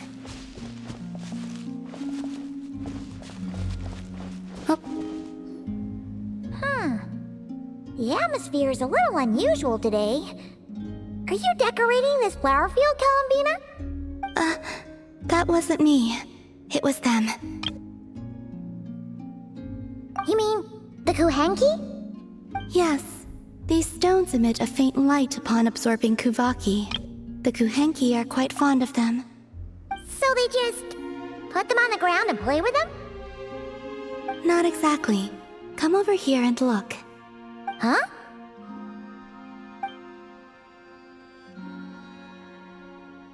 Oh, it forms a picture when you look at it from above. That's right. I need to go collect some more. Oh, so you're heading out? Yes. I know just the place. It's sure. Alright, then let's get collecting. We want to see what the finished picture looks like, too.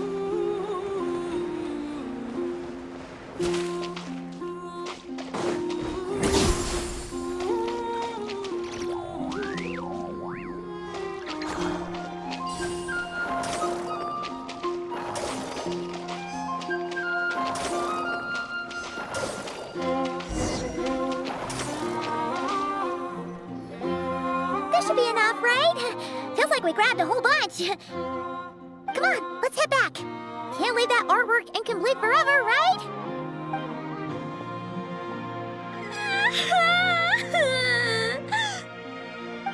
Quick, hide! Someone's here!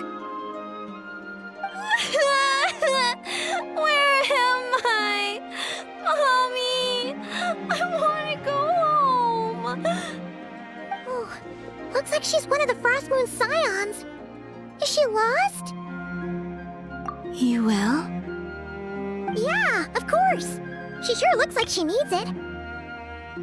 The Frost Moon Scions are deeply wary of outsiders, correct? You have no antlers. The hour is late. What if you scare her off instead? Okay, that could happen, but we can't just do nothing.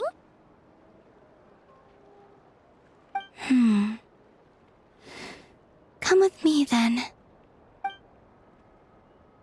Huh?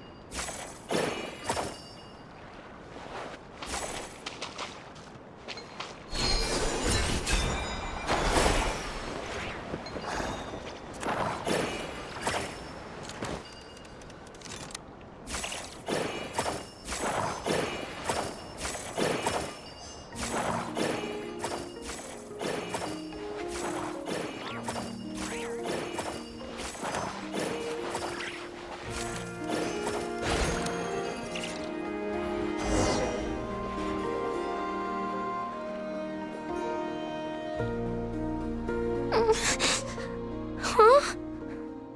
What's this? It's so pretty. That should do it. And off she goes. That trail of stone should lead her back to the Frost Moon Enclave.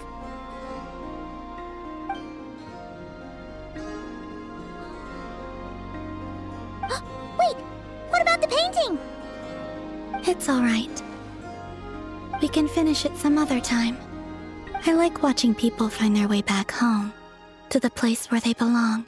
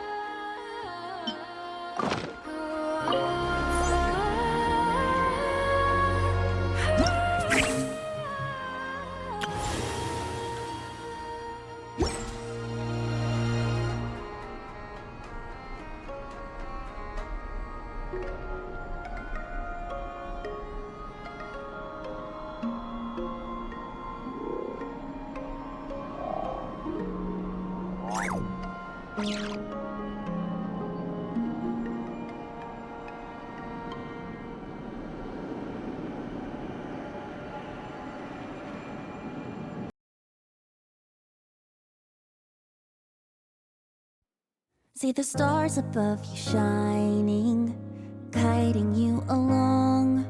Hear the music in the forest as you make your journey home.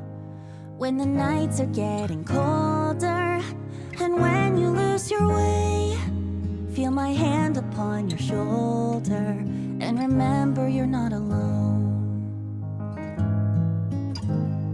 The scent of summer wine on the breeze, the lantern soaring over the sea. Wherever we go, you need to know that as long as you are by my side, we'll never be far from home.